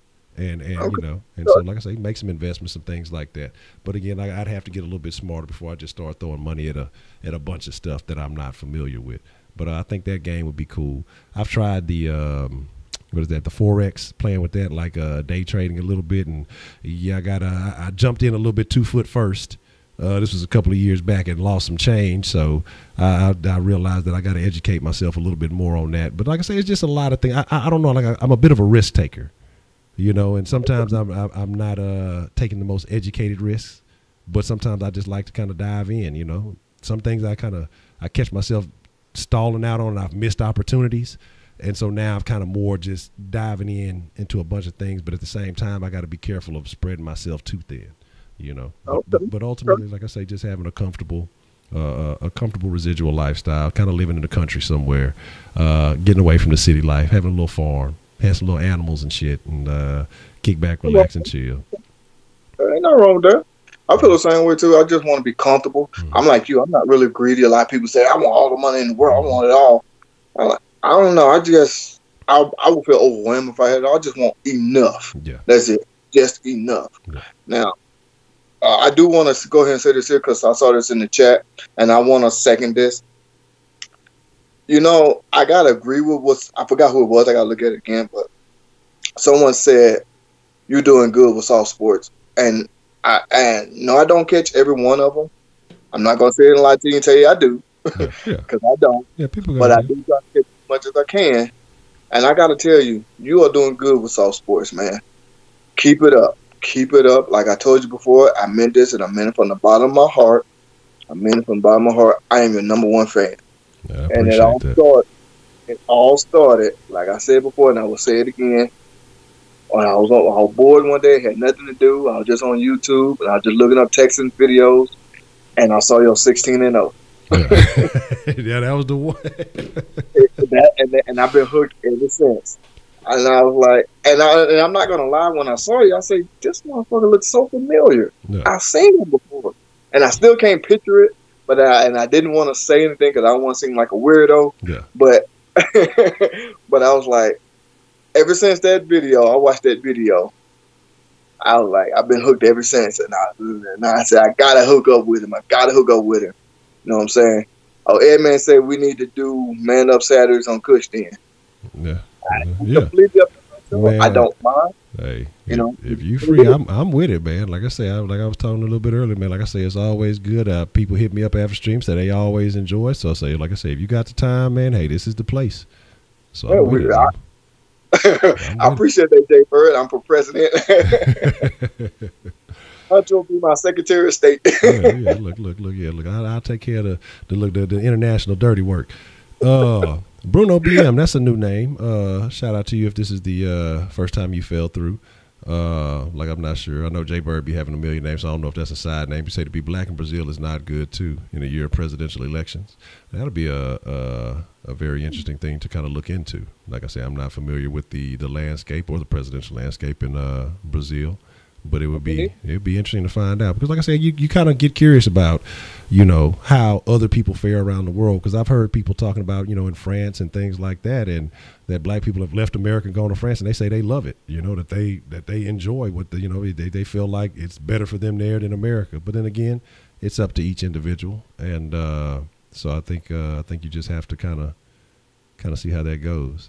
Yeah, I was eating cereal on one of the videos because that's how one of them got started. Because me and Shaq Kush was talking shit. I was in the middle of eating some cereal. I was like, well, you know what? Let's record it then, goddamn it. And then so I had to finish my cereal though. So you know, it is what it is, and that's just kind of, you know, after that it just kind of started getting a little bit consistent, and you know, it was just kind of sticking with it. So, but yeah, I saw that, and I appreciate, you know, whoever said I think it was Kenneth for talking about that, and I appreciate that too, man. Up, you know what I'm saying? You know the you know, like I say, and that's why I say I just kind of want to keep it pushing. I think, like, I believe, and I have plans, like if it was to do some things. And like I said, there's been some opportunities that have been presented. And then the thing I think I like about it the most is just the people I've met. Like I said, I've come across you, I've met you, I've met several other good people who, again, like in the chat, that have met, just having conversations, you know, not necessarily offline, but on other platforms. And the fact that it's entertaining for me, and it's also entertaining to hear from y'all and to hear your side of life.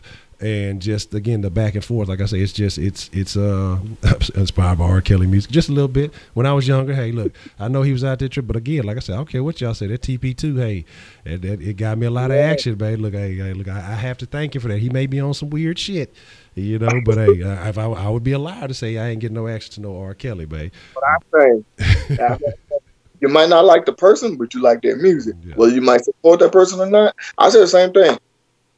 I even say the same thing. I'm not really into like love songs, but the ones I do listen to are Usher and R. Kelly.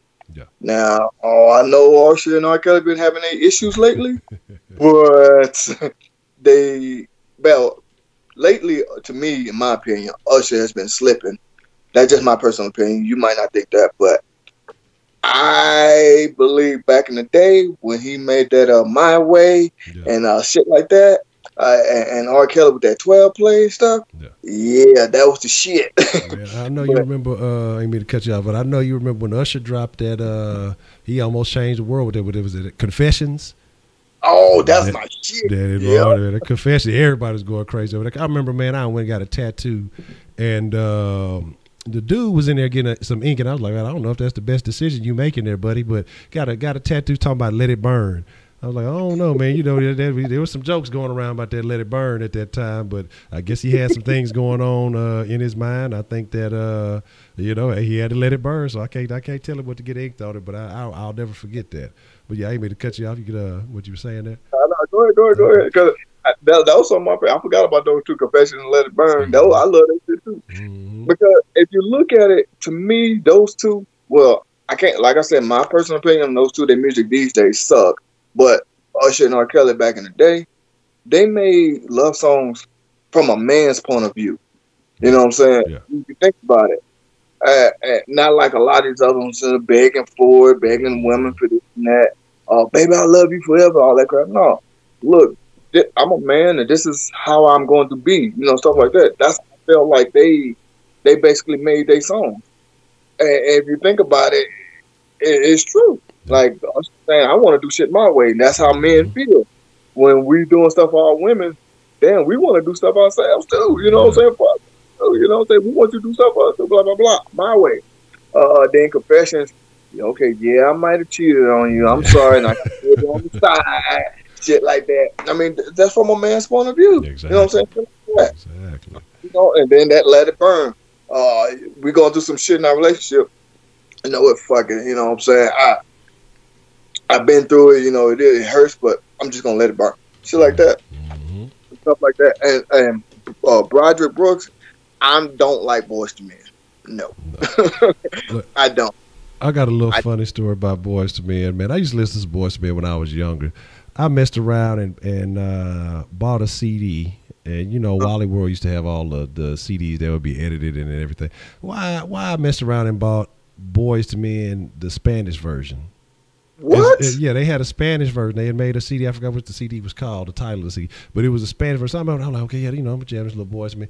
And I'm there, they singing everything was in Spanish. I'm like, what the hell did I do? Like, it was all in Spanish. They sung all their songs in Spanish, but it was definitely jamming though. So it was like, I mean, it was jamming, but in Spanish. So I guess it was like a damn, what do they call it? Not like a mariachi. What's the damn Spanish songs called? Yeah. But it's like, you know, it was like I say, but I kept it. I ain't get rid of it or nothing. I listened to it from time to time because, you know, I knew the English version of the words, so I called myself halfway trying to hustle it. You know what I'm saying? But it wasn't the same effect. But I definitely jammed some Boys to Men. I listened to a little bit of Boys to Men. I wouldn't say they was like heavy rotation, but definitely I listened to a little bit of Boys to Men back in the gap. Then I fooled around, like I said, because I didn't realize the CDs was edited. I remember I bought that. Was that Coolio's Gangsta's Paradise or whatever the name of the CD was back then? Edited. I was mad. I ain't had no cuss words on it. I was like, man, what's going on? Look, I was young trying to hear some profanity, man. Look, I'm trying to learn some stuff I ain't supposed to be learning. But yeah, absolutely. Yeah, I remember those days too, man. I did the same thing. Yeah, whatever happened at Walmart? They don't sell the CDs anymore. I don't know if anybody. I think Best Buy said they finna pull them because I think it's got to the point where CDs and just kind of fell off the map. I mean, everybody. You can do everything on your phone now. You can watch TV on your phone.